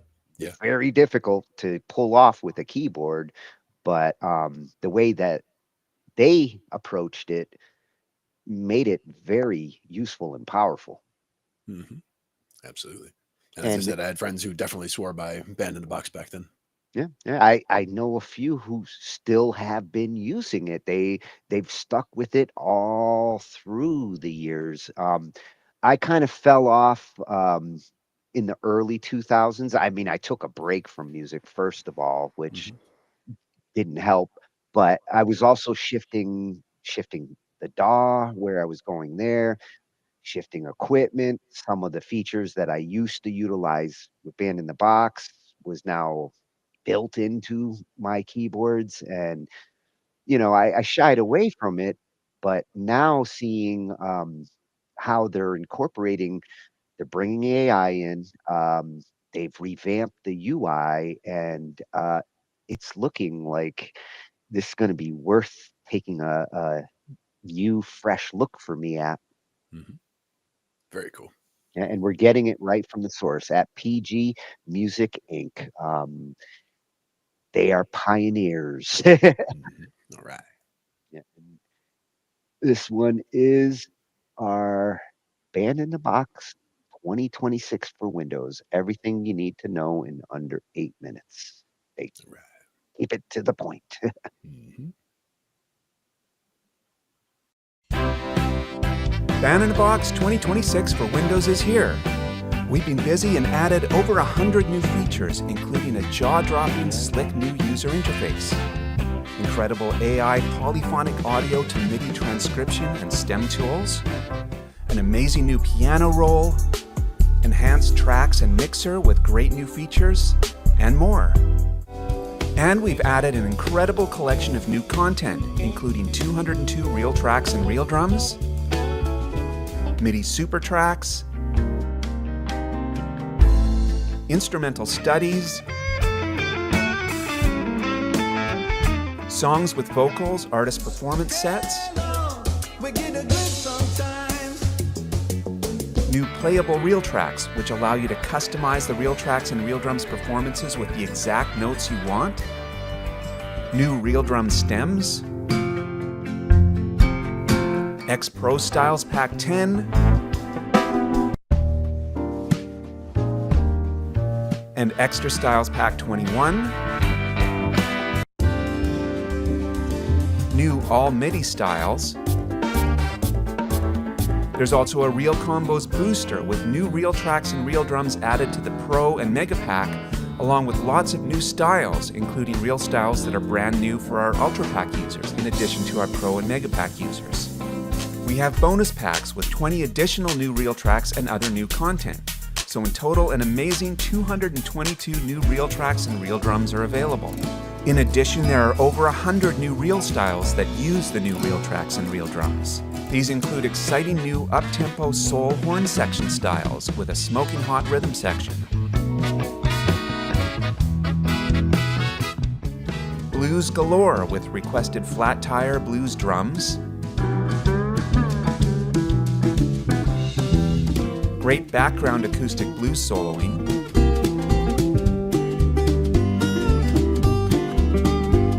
and amazing electric blues with Real Tracks favorite Johnny Hyland.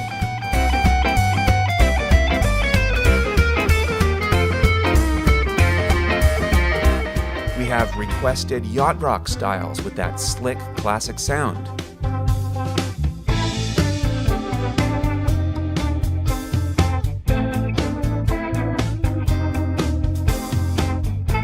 We have requested modern pop styles.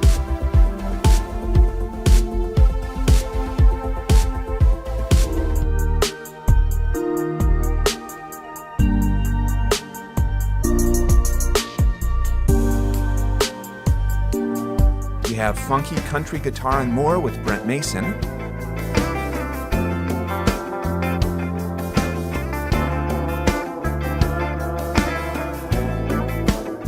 As well as great acoustic guitar from Brent with more of our producer acoustic layered guitars and lots of great acoustic soloing.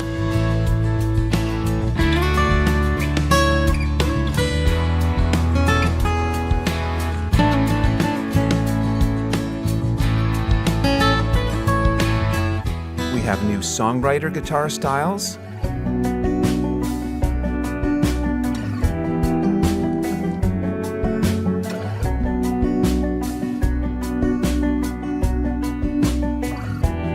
there are new pedal steel styles from steel great Doug Jernigan.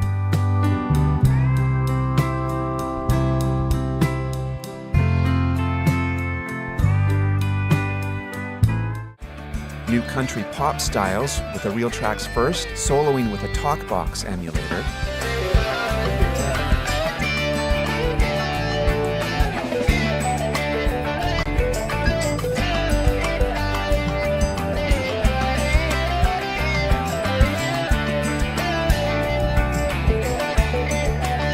We have gospel organ,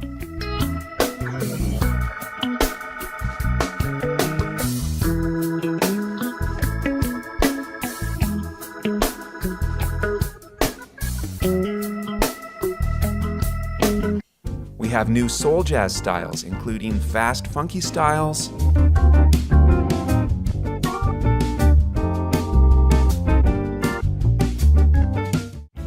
as well as more mellow soul jazz styles.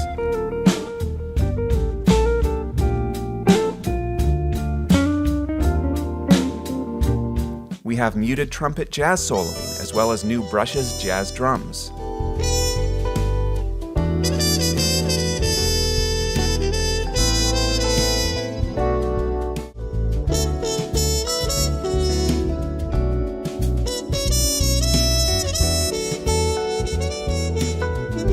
And lots more. And there are lots of major new features in Band in a Box 2026. The new modern look and GUI redesign includes toolbars, windows, workflow, and more. There's a multi-view where multiple windows and other elements can be layered on screen as panels without overlap. Many windows have been completely redesigned, including tracks, piano roll, and more. We have an amazing new AI Notes feature. This transcribes polyphonic audio to MIDI, so it can be viewed in notation or even played as MIDI. It can transcribe the entire file, all pitched instruments and all drums. Or it can transcribe individual instruments within the audio, drums, bass, guitars and piano, vocals. This uses an AI neural net to produce results that are accurate and sound very musical when played.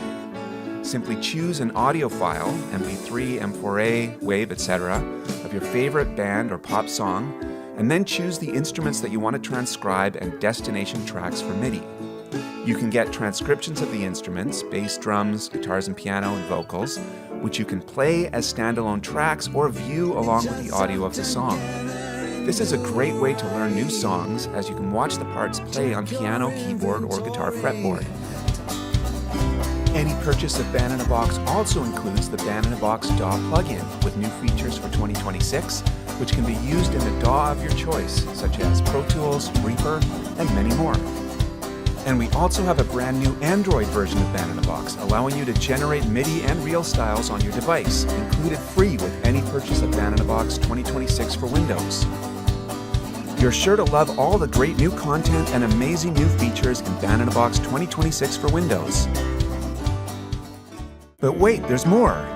If you order during our special, you can get even more great content with our Bonus 49 pack. You can add the Bonus 49 pack to your order during the special for just $49 and get 20 bonus unreleased reel tracks in addition to the 202 demoed earlier. And there are also new reel styles that use those bonus reel tracks. We have new reel drums with requested Purdy Shuffle styles,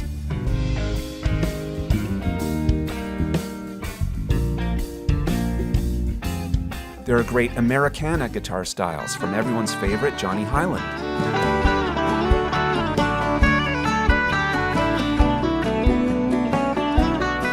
And we also have Johnny on brand new chicken pickin' rhythm guitar styles.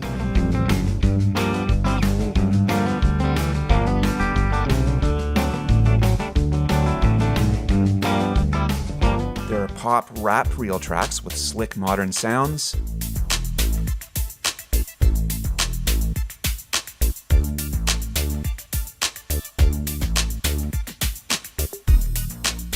There are cool modern indie folk waltz styles.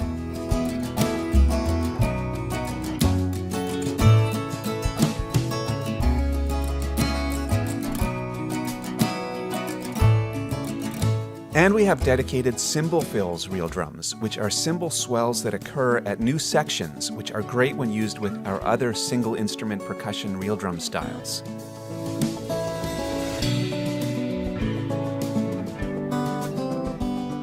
And in addition to the bonus reel tracks, there's also lots of great other content in the Bonus 49 pack. There are more Look Ma, More MIDI styles, which feature amazing synth master sounds.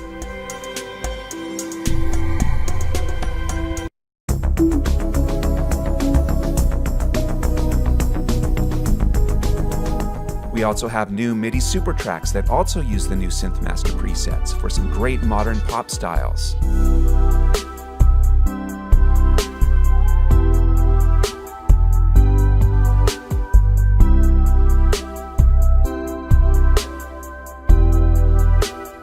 There are soul jazz, guitar soloing instrumental studies, great for students and teachers.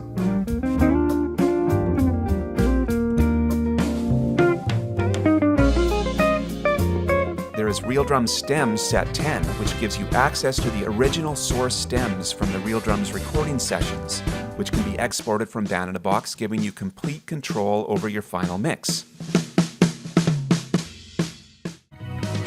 And there are more songs with vocals, which showcase amazing Band in a Box styles being used along with original songs, a great source of inspiration. You can learn more about the Bonus 49 pack at pgmusic.com during the Band in a Box 2026 for Windows special. Thanks for watching and have fun. Nice. Oh, that is special. I'm gonna get my chicken picking on. Just watching the piano roll with the piano stuff and watching the guitar notes go by, like seeing the claws, like I could totally see like the E shape, the A shape, the minor here, major there, like it all jumps right out at you, and the soloing looks so easy when you see it in that way. I figured you were gonna appreciate that multi-view where I love being able to see it from like the neck cab approach Yep. and the like keyboard approach or the notation, which I want to be able to view in notation to get better at Yeah. reading, and that can help with that. Absolutely. And they've added so many new features, and with these like style packs, some of those guitar approaches that they do there, I was thinking as I was watching it, there's different products that I now use for different things depending on keyboard or guitar approach. um, Drums, Easy Drummer, the Tune Track products. I think what appeals to me here is having all of that in one nice product, and now they've got the VST approach, so it can seamlessly work with whichever DAW I'm using. I think they're getting me back, Glenn. I think they're getting me there too. I mean, just again, seeing the instructional value of that, like the jazz solo stuff, just watching, watching the guitar neck as that solo stuff's happening, it all makes so much sense, and it makes it, so I just want to pick up the guitar and like that line is that easy, and just and it just falls under your fingers all of a sudden. Yeah, this was one of the first pieces of musical software that I ever bought, way back in the 90s. And to think in 2026, it still convinces me of its worthiness. Well, the other one back then was Cakewalk that we had, and not for the same reason, but another Yeah. software that stood the test of that much time. Cakewalk, you're right, actually was, and that was at the end of the 80s, but it was just a sequencer back then. And for MIDI tools, this was about it in the early days that was worth getting. And pgmusic.com. I'm going to peruse all these features and see what the special they have before the end of the year.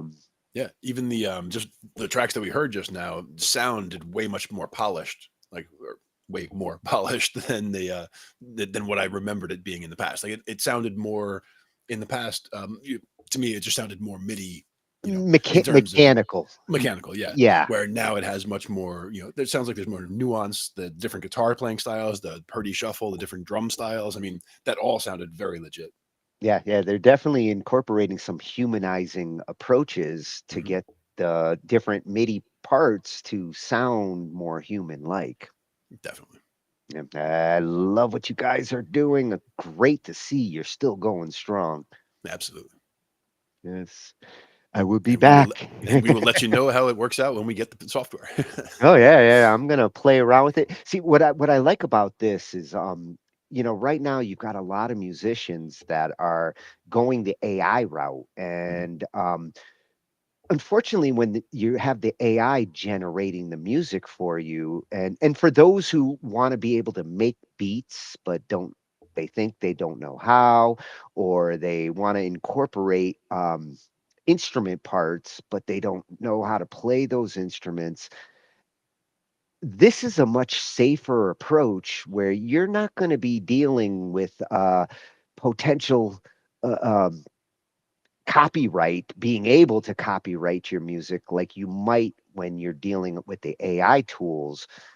They're incorporating AI into this, but it's a MIDI powered tool, and you're not going to deal with the same kinds of kickback on whether you can copyright this music. You can build your music this way, and nobody's going to question that.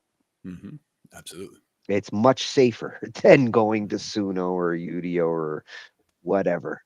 And it's a great practice tool as well. Yeah, as far as the learning side of it, if I was a music educator, I would be utilizing this to help in some of that visualization. Absolutely. Yeah. And I mean, just even imagine, being able to take music that somebody says, "Hey, I want to learn whatever song." You can take it and you can, like they were saying in there, you can have it put that guitar line down for you. You can have it play it back. You can see it on the visualizer exactly what it's doing and be able to follow along with it. Very cool. Yeah, yeah. The guitar is actually the one that for me right now I is appealing the most. I do have some guitar, we looked at Strum and a few other tools that help to make guitar a little easier for a keyboardist. But what they're pulling off here with the guitar, especially some of that like countryish and blues, that I wish I had that last summer when we were going through a couple of projects. Exactly. Yeah, But that you can get it slide now, and guitar. next year, those projects will be all different. Yeah, I'm gonna be chicken picking in 2026. Bumper sticker for you. There you go. Yeah.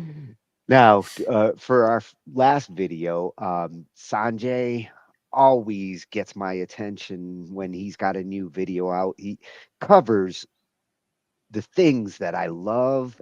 He reviews them in such a way that like really shows the power of the equipment and whether it's going to be useful or a waste of money. And he's always honest about it. This one caught my eye today, and it's the Dream at Sanjay C over on YouTube. And the video we're going to look at is a full wireless music studio. And will it work? And we've had the debate over time with a lot of Been different people. asking it. Yeah, been asking it and asking it. And there have been times where it seemed like it's close. Some things had potential, but in order to get like a full studio, good controller, your computer, speakers, headphones, all the things that you normally would use wires, to get it all to work with no latency or as little as possible, because we're picky when we're hitting that button or that key. Like, I need to hear it when I hit it. Who better than him to see if we're maybe getting there? All right. And one of the technologies that he's going to be showing here, it does take a somewhat proprietary wireless approach. I mean, it is based off of wireless technology that we know, but in order to get this kind of reality of a wireless studio, you do need to do some things to get that latency down, and he's gonna test it out. So we're gonna see if this is a reality. Today, I'm building a complete music studio with no cables, no XLRs, no power cords, nothing. Just wireless monitors, headphones, a keyboard, MIDI controllers, a mic, and even a wireless pedal. Now, honestly, I have no idea whether this is gonna work or fail with all this running into one laptop. Now, at the end, I'm going to perform with this fully wireless studio to see if it can actually keep up or if latency destroys everything. Okay, so there is one company that has solved the wireless issue for both monitors and headphones. AI. Now, hold up. I know that Bluetooth headphones and speakers are out there, but they all have the same problem: latency. Latency is pretty much a fancy word for delay. And when you're making music, mixing, or trying to play your instrument in time with the music, latency will cause your timing to be off. So this company found a way to get latency down to 16 milliseconds. But we're not going to take their word for it. We're going to test out if it's actually usable. AI is sponsoring this video, but they're totally hands off with the content I'm making. Okay, so let's start with these studio monitors. So these are battery powered studio monitors, and you're supposed to get like 20 hours of playback from them. But they say they're still tuned like proper studio monitors, not like Bluetooth speakers. Okay, so where is the magic? How do these work? Well, it's actually this thing. This is AI's W+ Link Tech. Okay, so time out. This thing has a cable, I know, but this is gonna be it. And think of it this way. You can put these speakers anywhere, near, far, over on a desk while you're sitting on the sofa, no cables to string around the house. I think it's pretty clean and minimal. Now, are these usable with 16 milliseconds latency? Well, we're gonna put it to the test later. Whoa, decent bass from these. No wires, volume up and down. You've got some mode selector, so this can do Bluetooth as well. Now, they say that these are portable, and they even have this built-in carrying handle and a protective grill on this. Now, they're not extremely light, but on the wirelessness scale, I'm gonna give these a 9 out of 10. Well executed, and honestly, right now, there is no other solution for a wireless studio monitor. And hey, I think these are great if you're in an apartment or a shared space and maybe you have limited time somewhere. You can set up your music stuff and easily move it out later. Okay, so 9 out of 10, and they will get that extra 1 point if I can finger drum with them later in the video. Now, if you're gonna be moving around a lot, you might be better off with headphones. These are the AI TMA2 wireless headphones. They are studio headphones specifically designed for music producers, not casual listening. Now, these use the same W+ Link system as the Unit 4 studio monitors. These are delivering uncompressed audio, so up to 1500 kilobits per second. So how do they sound? Turn it on. Hey, cool. Ooh. All right, these are very detailed and decent bass too. I love the crispness of sound that is coming out of these things. These are very comfortable too, and they're extremely light, which is another benefit for a wireless studio. Now, you still got this little dongle thing. I don't know why it's bigger than the speaker one. Anyway, it does work extremely well, and the sound is fantastic. I'm super excited about these headphones, actually. These are great. Now, the nice thing about these is that you can also use them in Bluetooth mode, just like the speakers, if you're just listening to music, so you can use it without the dongle thing, and it makes the battery last longer. And if you have to take a conference call, there's even a built-in mic as well. Oh, I forgot to mention, these headphones are modular, so you can actually replace parts, and this thing comes off, and this thing comes off. I mean, totally modular headphones. I'd more likely use this as a permanent wireless studio solution. I think they are perfect for that. Score 10 out of 10 for a wireless studio headphone. The sound quality is really good. I'm gonna add links to everything from this wireless studio below, and if you're looking for these studio monitors or these headphones or any gear for your studio, you can find it on guitarcenter.com or at your local Guitar Center store. Whether you're a bedroom producer or ready for the stage, you can find what you need at great prices. They've got all the stuff you've seen me review, including studio monitors, audio interfaces, mics, software, and of course, instruments. It doesn't matter what your skill level or budget is, you'll find what you need on their site. I'll add a link to Guitar Center below the video, and let's get back to the wireless studio. What's next? Okay, so you've seen me playing on the Rolly piano before on the channel, and I think this is one of the best options with low latency when it comes to keyboards that are wireless. I've tested the wireless capabilities of Rolly products before, and they don't fail. Okay, so this one is the Rolly Piano, and you can get a smaller version of this, the Piano M, as well, with the same wireless setup. You can just control any virtual instrument with this. But there's more expression with the way you play it.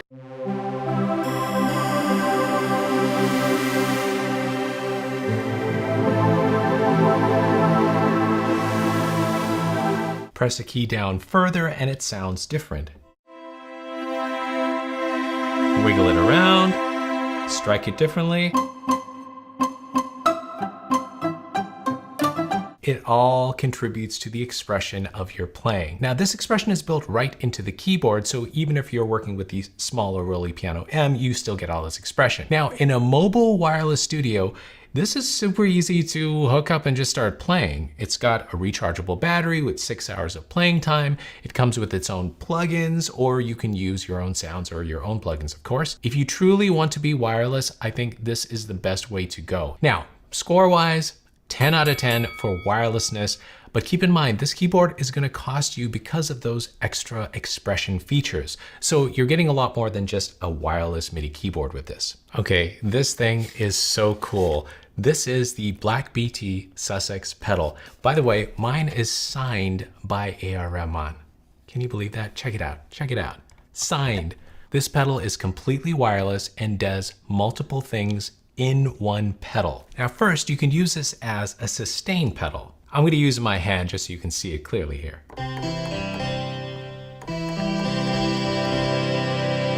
Next, by repositioning your foot, I'm going to reposition my hand, you can use it as an expression pedal. So imagine controlling cutoff on a synth sound or the vibrato of a cello wirelessly, and you can use both without having to reach down and adjust anything or having two pedals. You just adjust your foot. Sustain.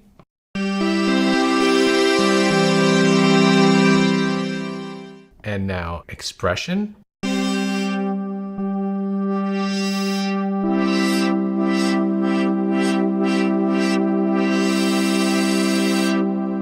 Back to sustain.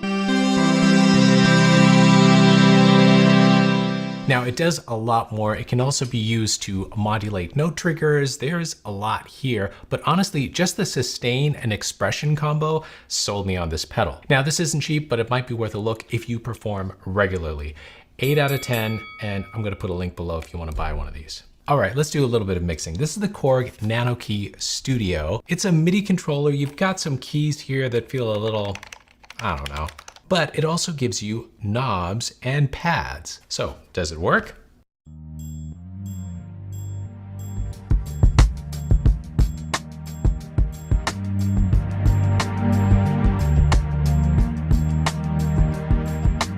So you've got these 8 knobs and they work well to control the mixer. You've also got the pads here, which are pretty decent for finger drumming. And you've got a lot of other buttons here that you could even MIDI map yourself, and a nice XY pad. I was hoping the build quality of this thing would be a little bit better. Now, as far as our wireless studio goals are here, I'd give this a 6 out of 10. If you don't want to spend the money on the Rolly keyboard, you have something that's kind of usable here, and the drum pads are nice, and you've got the knobs. All right, so what about the microphone? So I searched for a Bluetooth mic and a condenser mic if I could find one, and I did. This is the Maono wireless microphone DM40. It's a condenser mic marketed to gamers. Oh, and check out how much wireless stuff we got. We got 1, 2, 3, 4, 5, and this is gonna be 6. I get so lost sometimes. Days pass. Let's listen back. So latency is definitely there. The delay isn't too bad, but certainly not great, and you will be slightly off time like I am. The quality isn't bad, but I think there's better options out there, but not wireless. If you're expecting professional studio results, look elsewhere. But if you want something that is just good enough, this may be worth a look. So 5 out of 10 is the best I can give this situation, but it does look Very, very cool. Okay, so the moment you've been waiting for, can I perform on this completely wireless setup?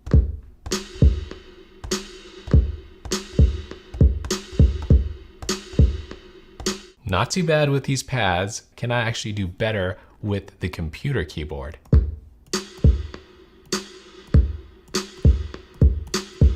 So the computer keyboard actually works better to have me keep in time.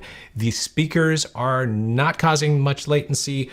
I think this is causing a little bit of latency. It's a little bit harder to keep time using this.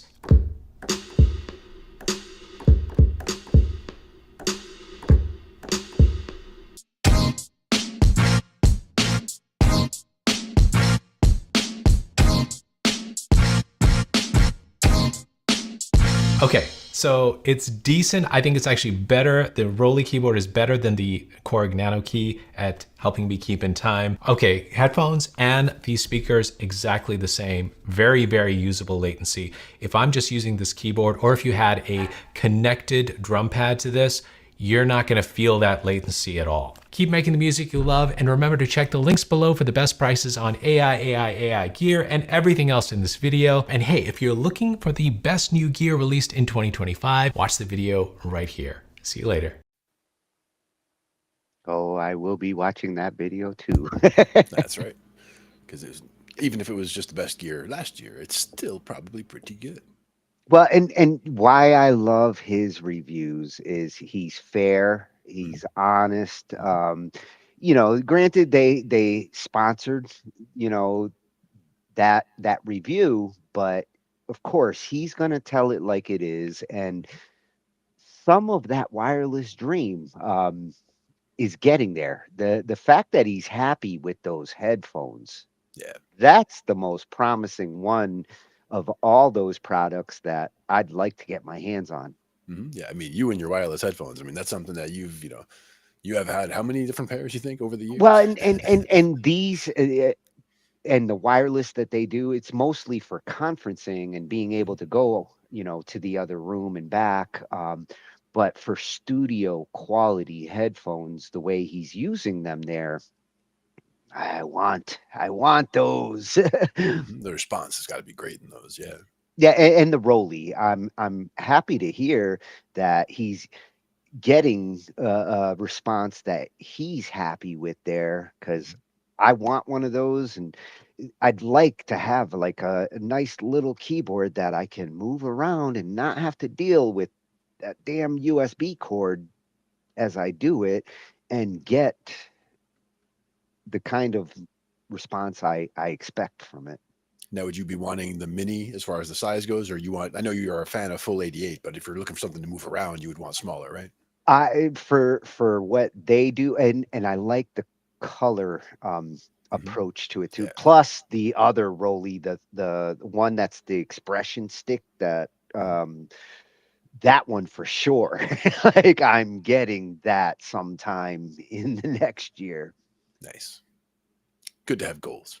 Yeah, well, they have some really interesting modern MIDI controllers. You saw how he was shaking his finger as he was playing the keys, and that's where these new generation MIDI controllers are something I don't have yet.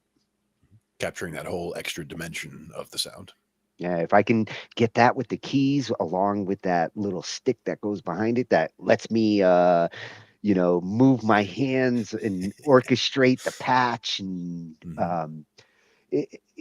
Sanjay, I want to thank you for like showing me like this gear this year, and I'm sure his list of the best is going to include some of that.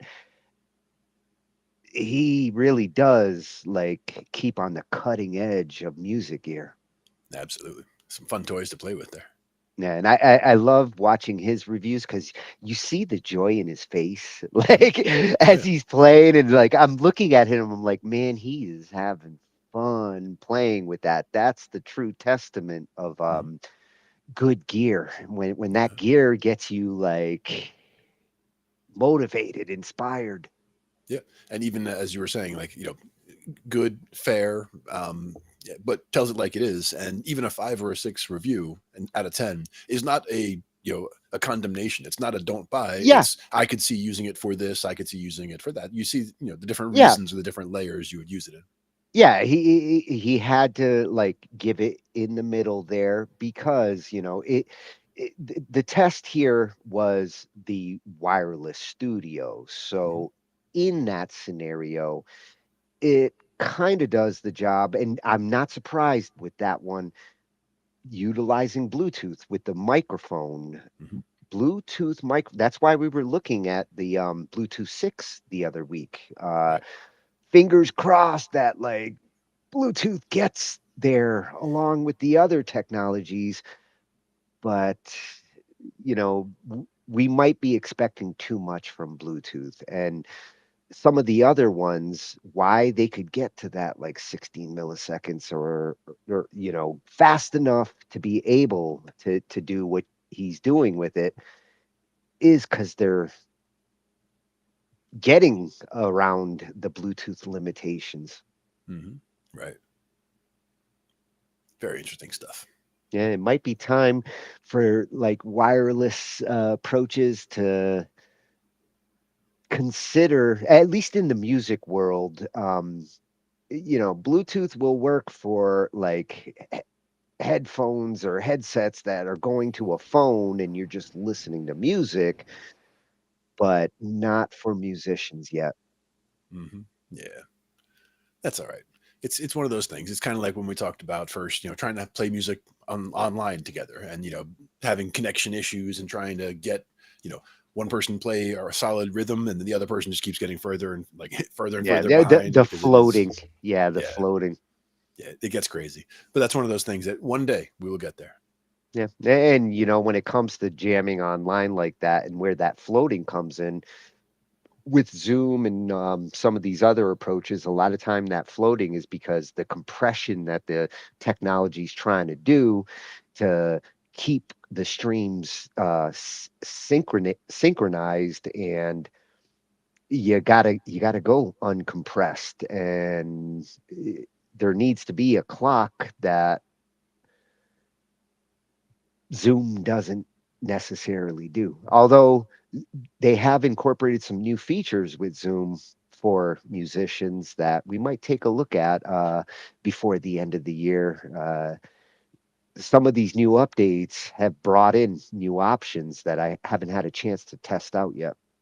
Now they were talking about in some of the other videos, talking about AI upscaling and AI downscaling when it comes to video.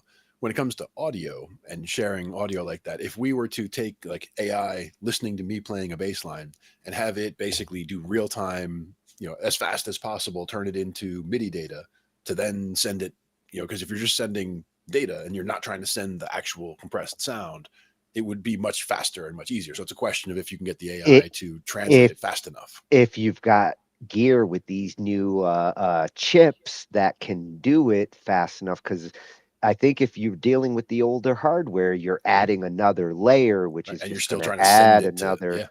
Yeah. But we're almost there. Almost. Yeah, yeah, we're almost done with 2025, so 2026 better bring on some cool technology. And Sanjay C at Sanjay C is gonna be covering it. I have trust in him. All right. Excellent reviews. We appreciate it. Yeah, yeah. That was some good food for thought, Santa. I'm looking at you. Me? Bring me some of these toys. Some capos and some tuners. Lions and tigers and bears. Oh my. Yeah. Shit, I'll take a capo and I'm not even a guitarist. Well, 2026, you could be a guitarist. Yeah. Well, with that band in the box, I'm gonna get some more of my guitar on with my keyboard for sure. And I can show you, like with some of those, like I was telling you, seeing certain shapes just jump out at you, like the E shape major chord position and the A shape major chord position, like seeing those and seeing what they look like in the context of the song and hearing it and seeing it at the same time is definitely that'll help lock all that in. Yeah, that's what I'm hoping is with stuff like that.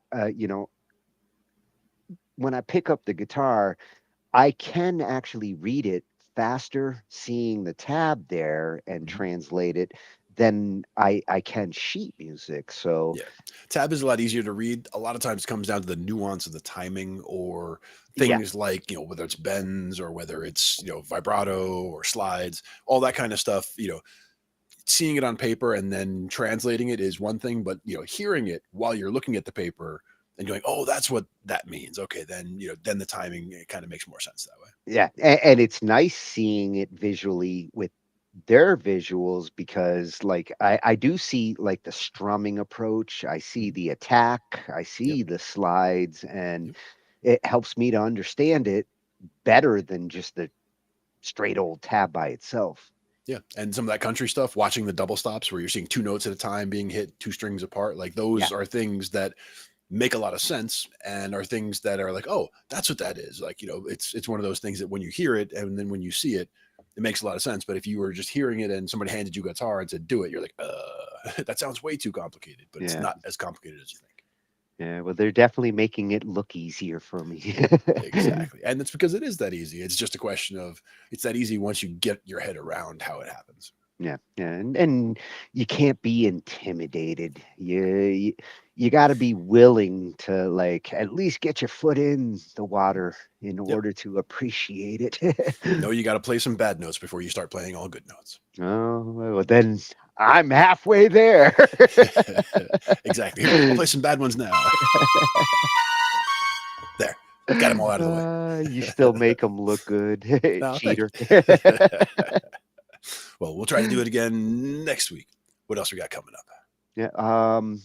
Well, we're still cooking up on Sundays. With Monday, we'll be back with Wally, and I am cooking up something for 2026 for Mondays. Might be a offspring of our Thursdays, and Tuesday we'll have the Upside of Hurt.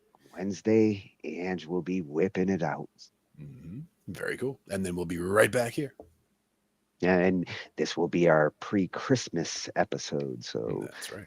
Let's see what kind of surprises we can have Santa bring. Sounds like a plan. Might even be some Reese's involved. You hear that, Ange? We know. I saw, what is it? Reese's little Santas, and they had little trees and all that kind of stuff going on. I want a reindeer-sized Reese's. That's a big Reese's. I can take it. I believe it. But we'll catch you all next time on Talking Shh IT. Thanks, night, everyone. We cover digital audio workstations and music tools. We explore theory, gear, and MIDI too. How to arrange, compose, and the art of arranging. Taking a look at AI and how the times have changed. On a PC or a Mac, and even with a mobile device, we'll be talking about it all every Thursday night. From software to plugins and synths that entice. Dive deep into tech and let creativity take flight. Talking IT. We're talking IT. Come and join in and have some fun. It's highly educational with a lot to learn. From bedroom producers to seasoned pros, we're breaking it down so knowledge grows. Whether you're a DJ or a beat making wizard, we got the tips and tricks to make your sound sizzle. Mixing and mastering, that's our jam. With the tutorials and tips on how much rev. Get the best quality from your setup and gear. Tune in every week and lend us your ear. We're talking IT. Come and join in and have some fun. It's highly educational with a lot to learn.